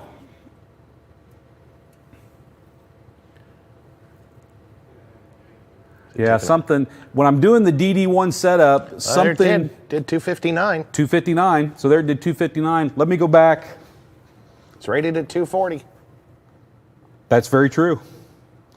It did what we said it would do even 25 years ago. Even 25 years ago, it did what we said it would do. You and I probably didn't, but.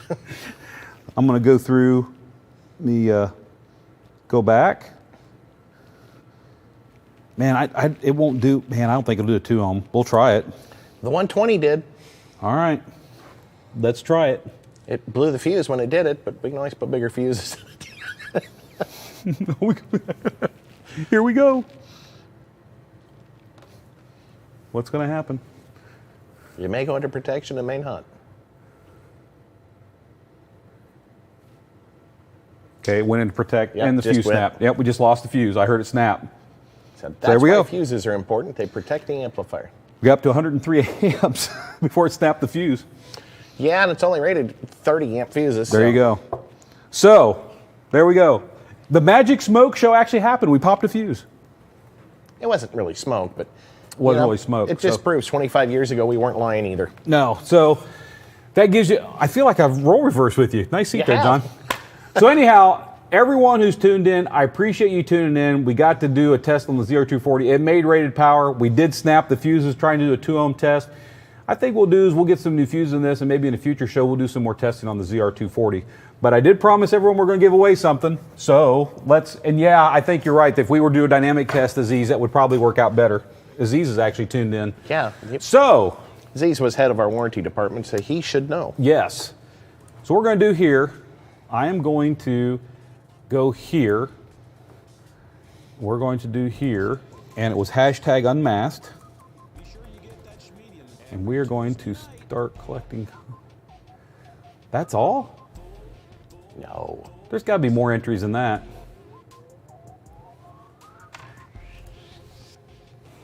Go back and count them.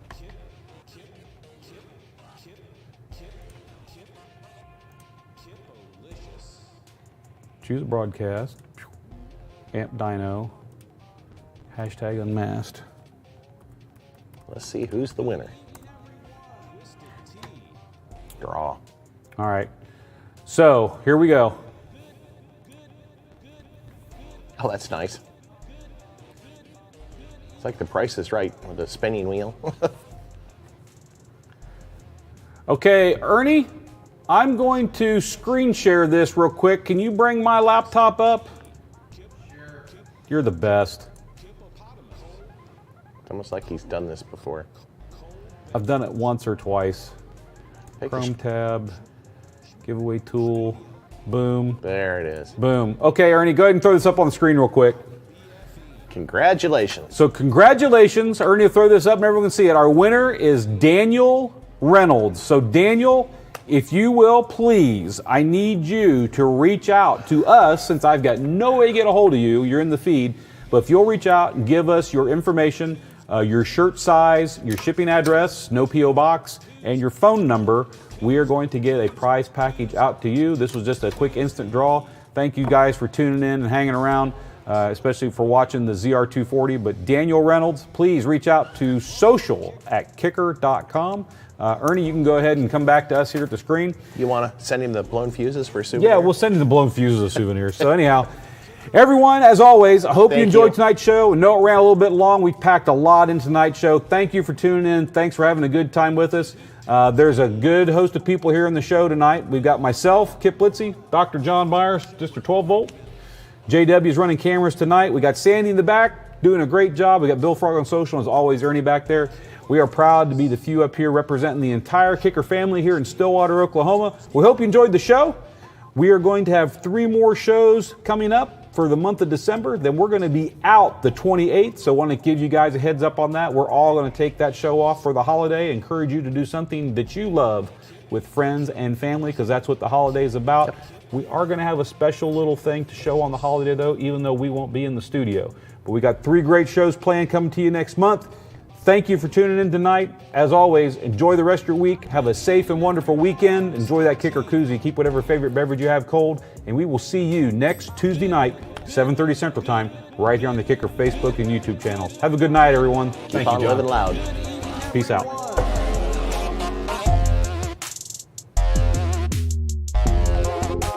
Be sure you get that schmedium. Twisted Tea. Hippopotamus. Cold beverage. Schmedium. Midler. Out in BFE. Out in BFE. At the end of the day,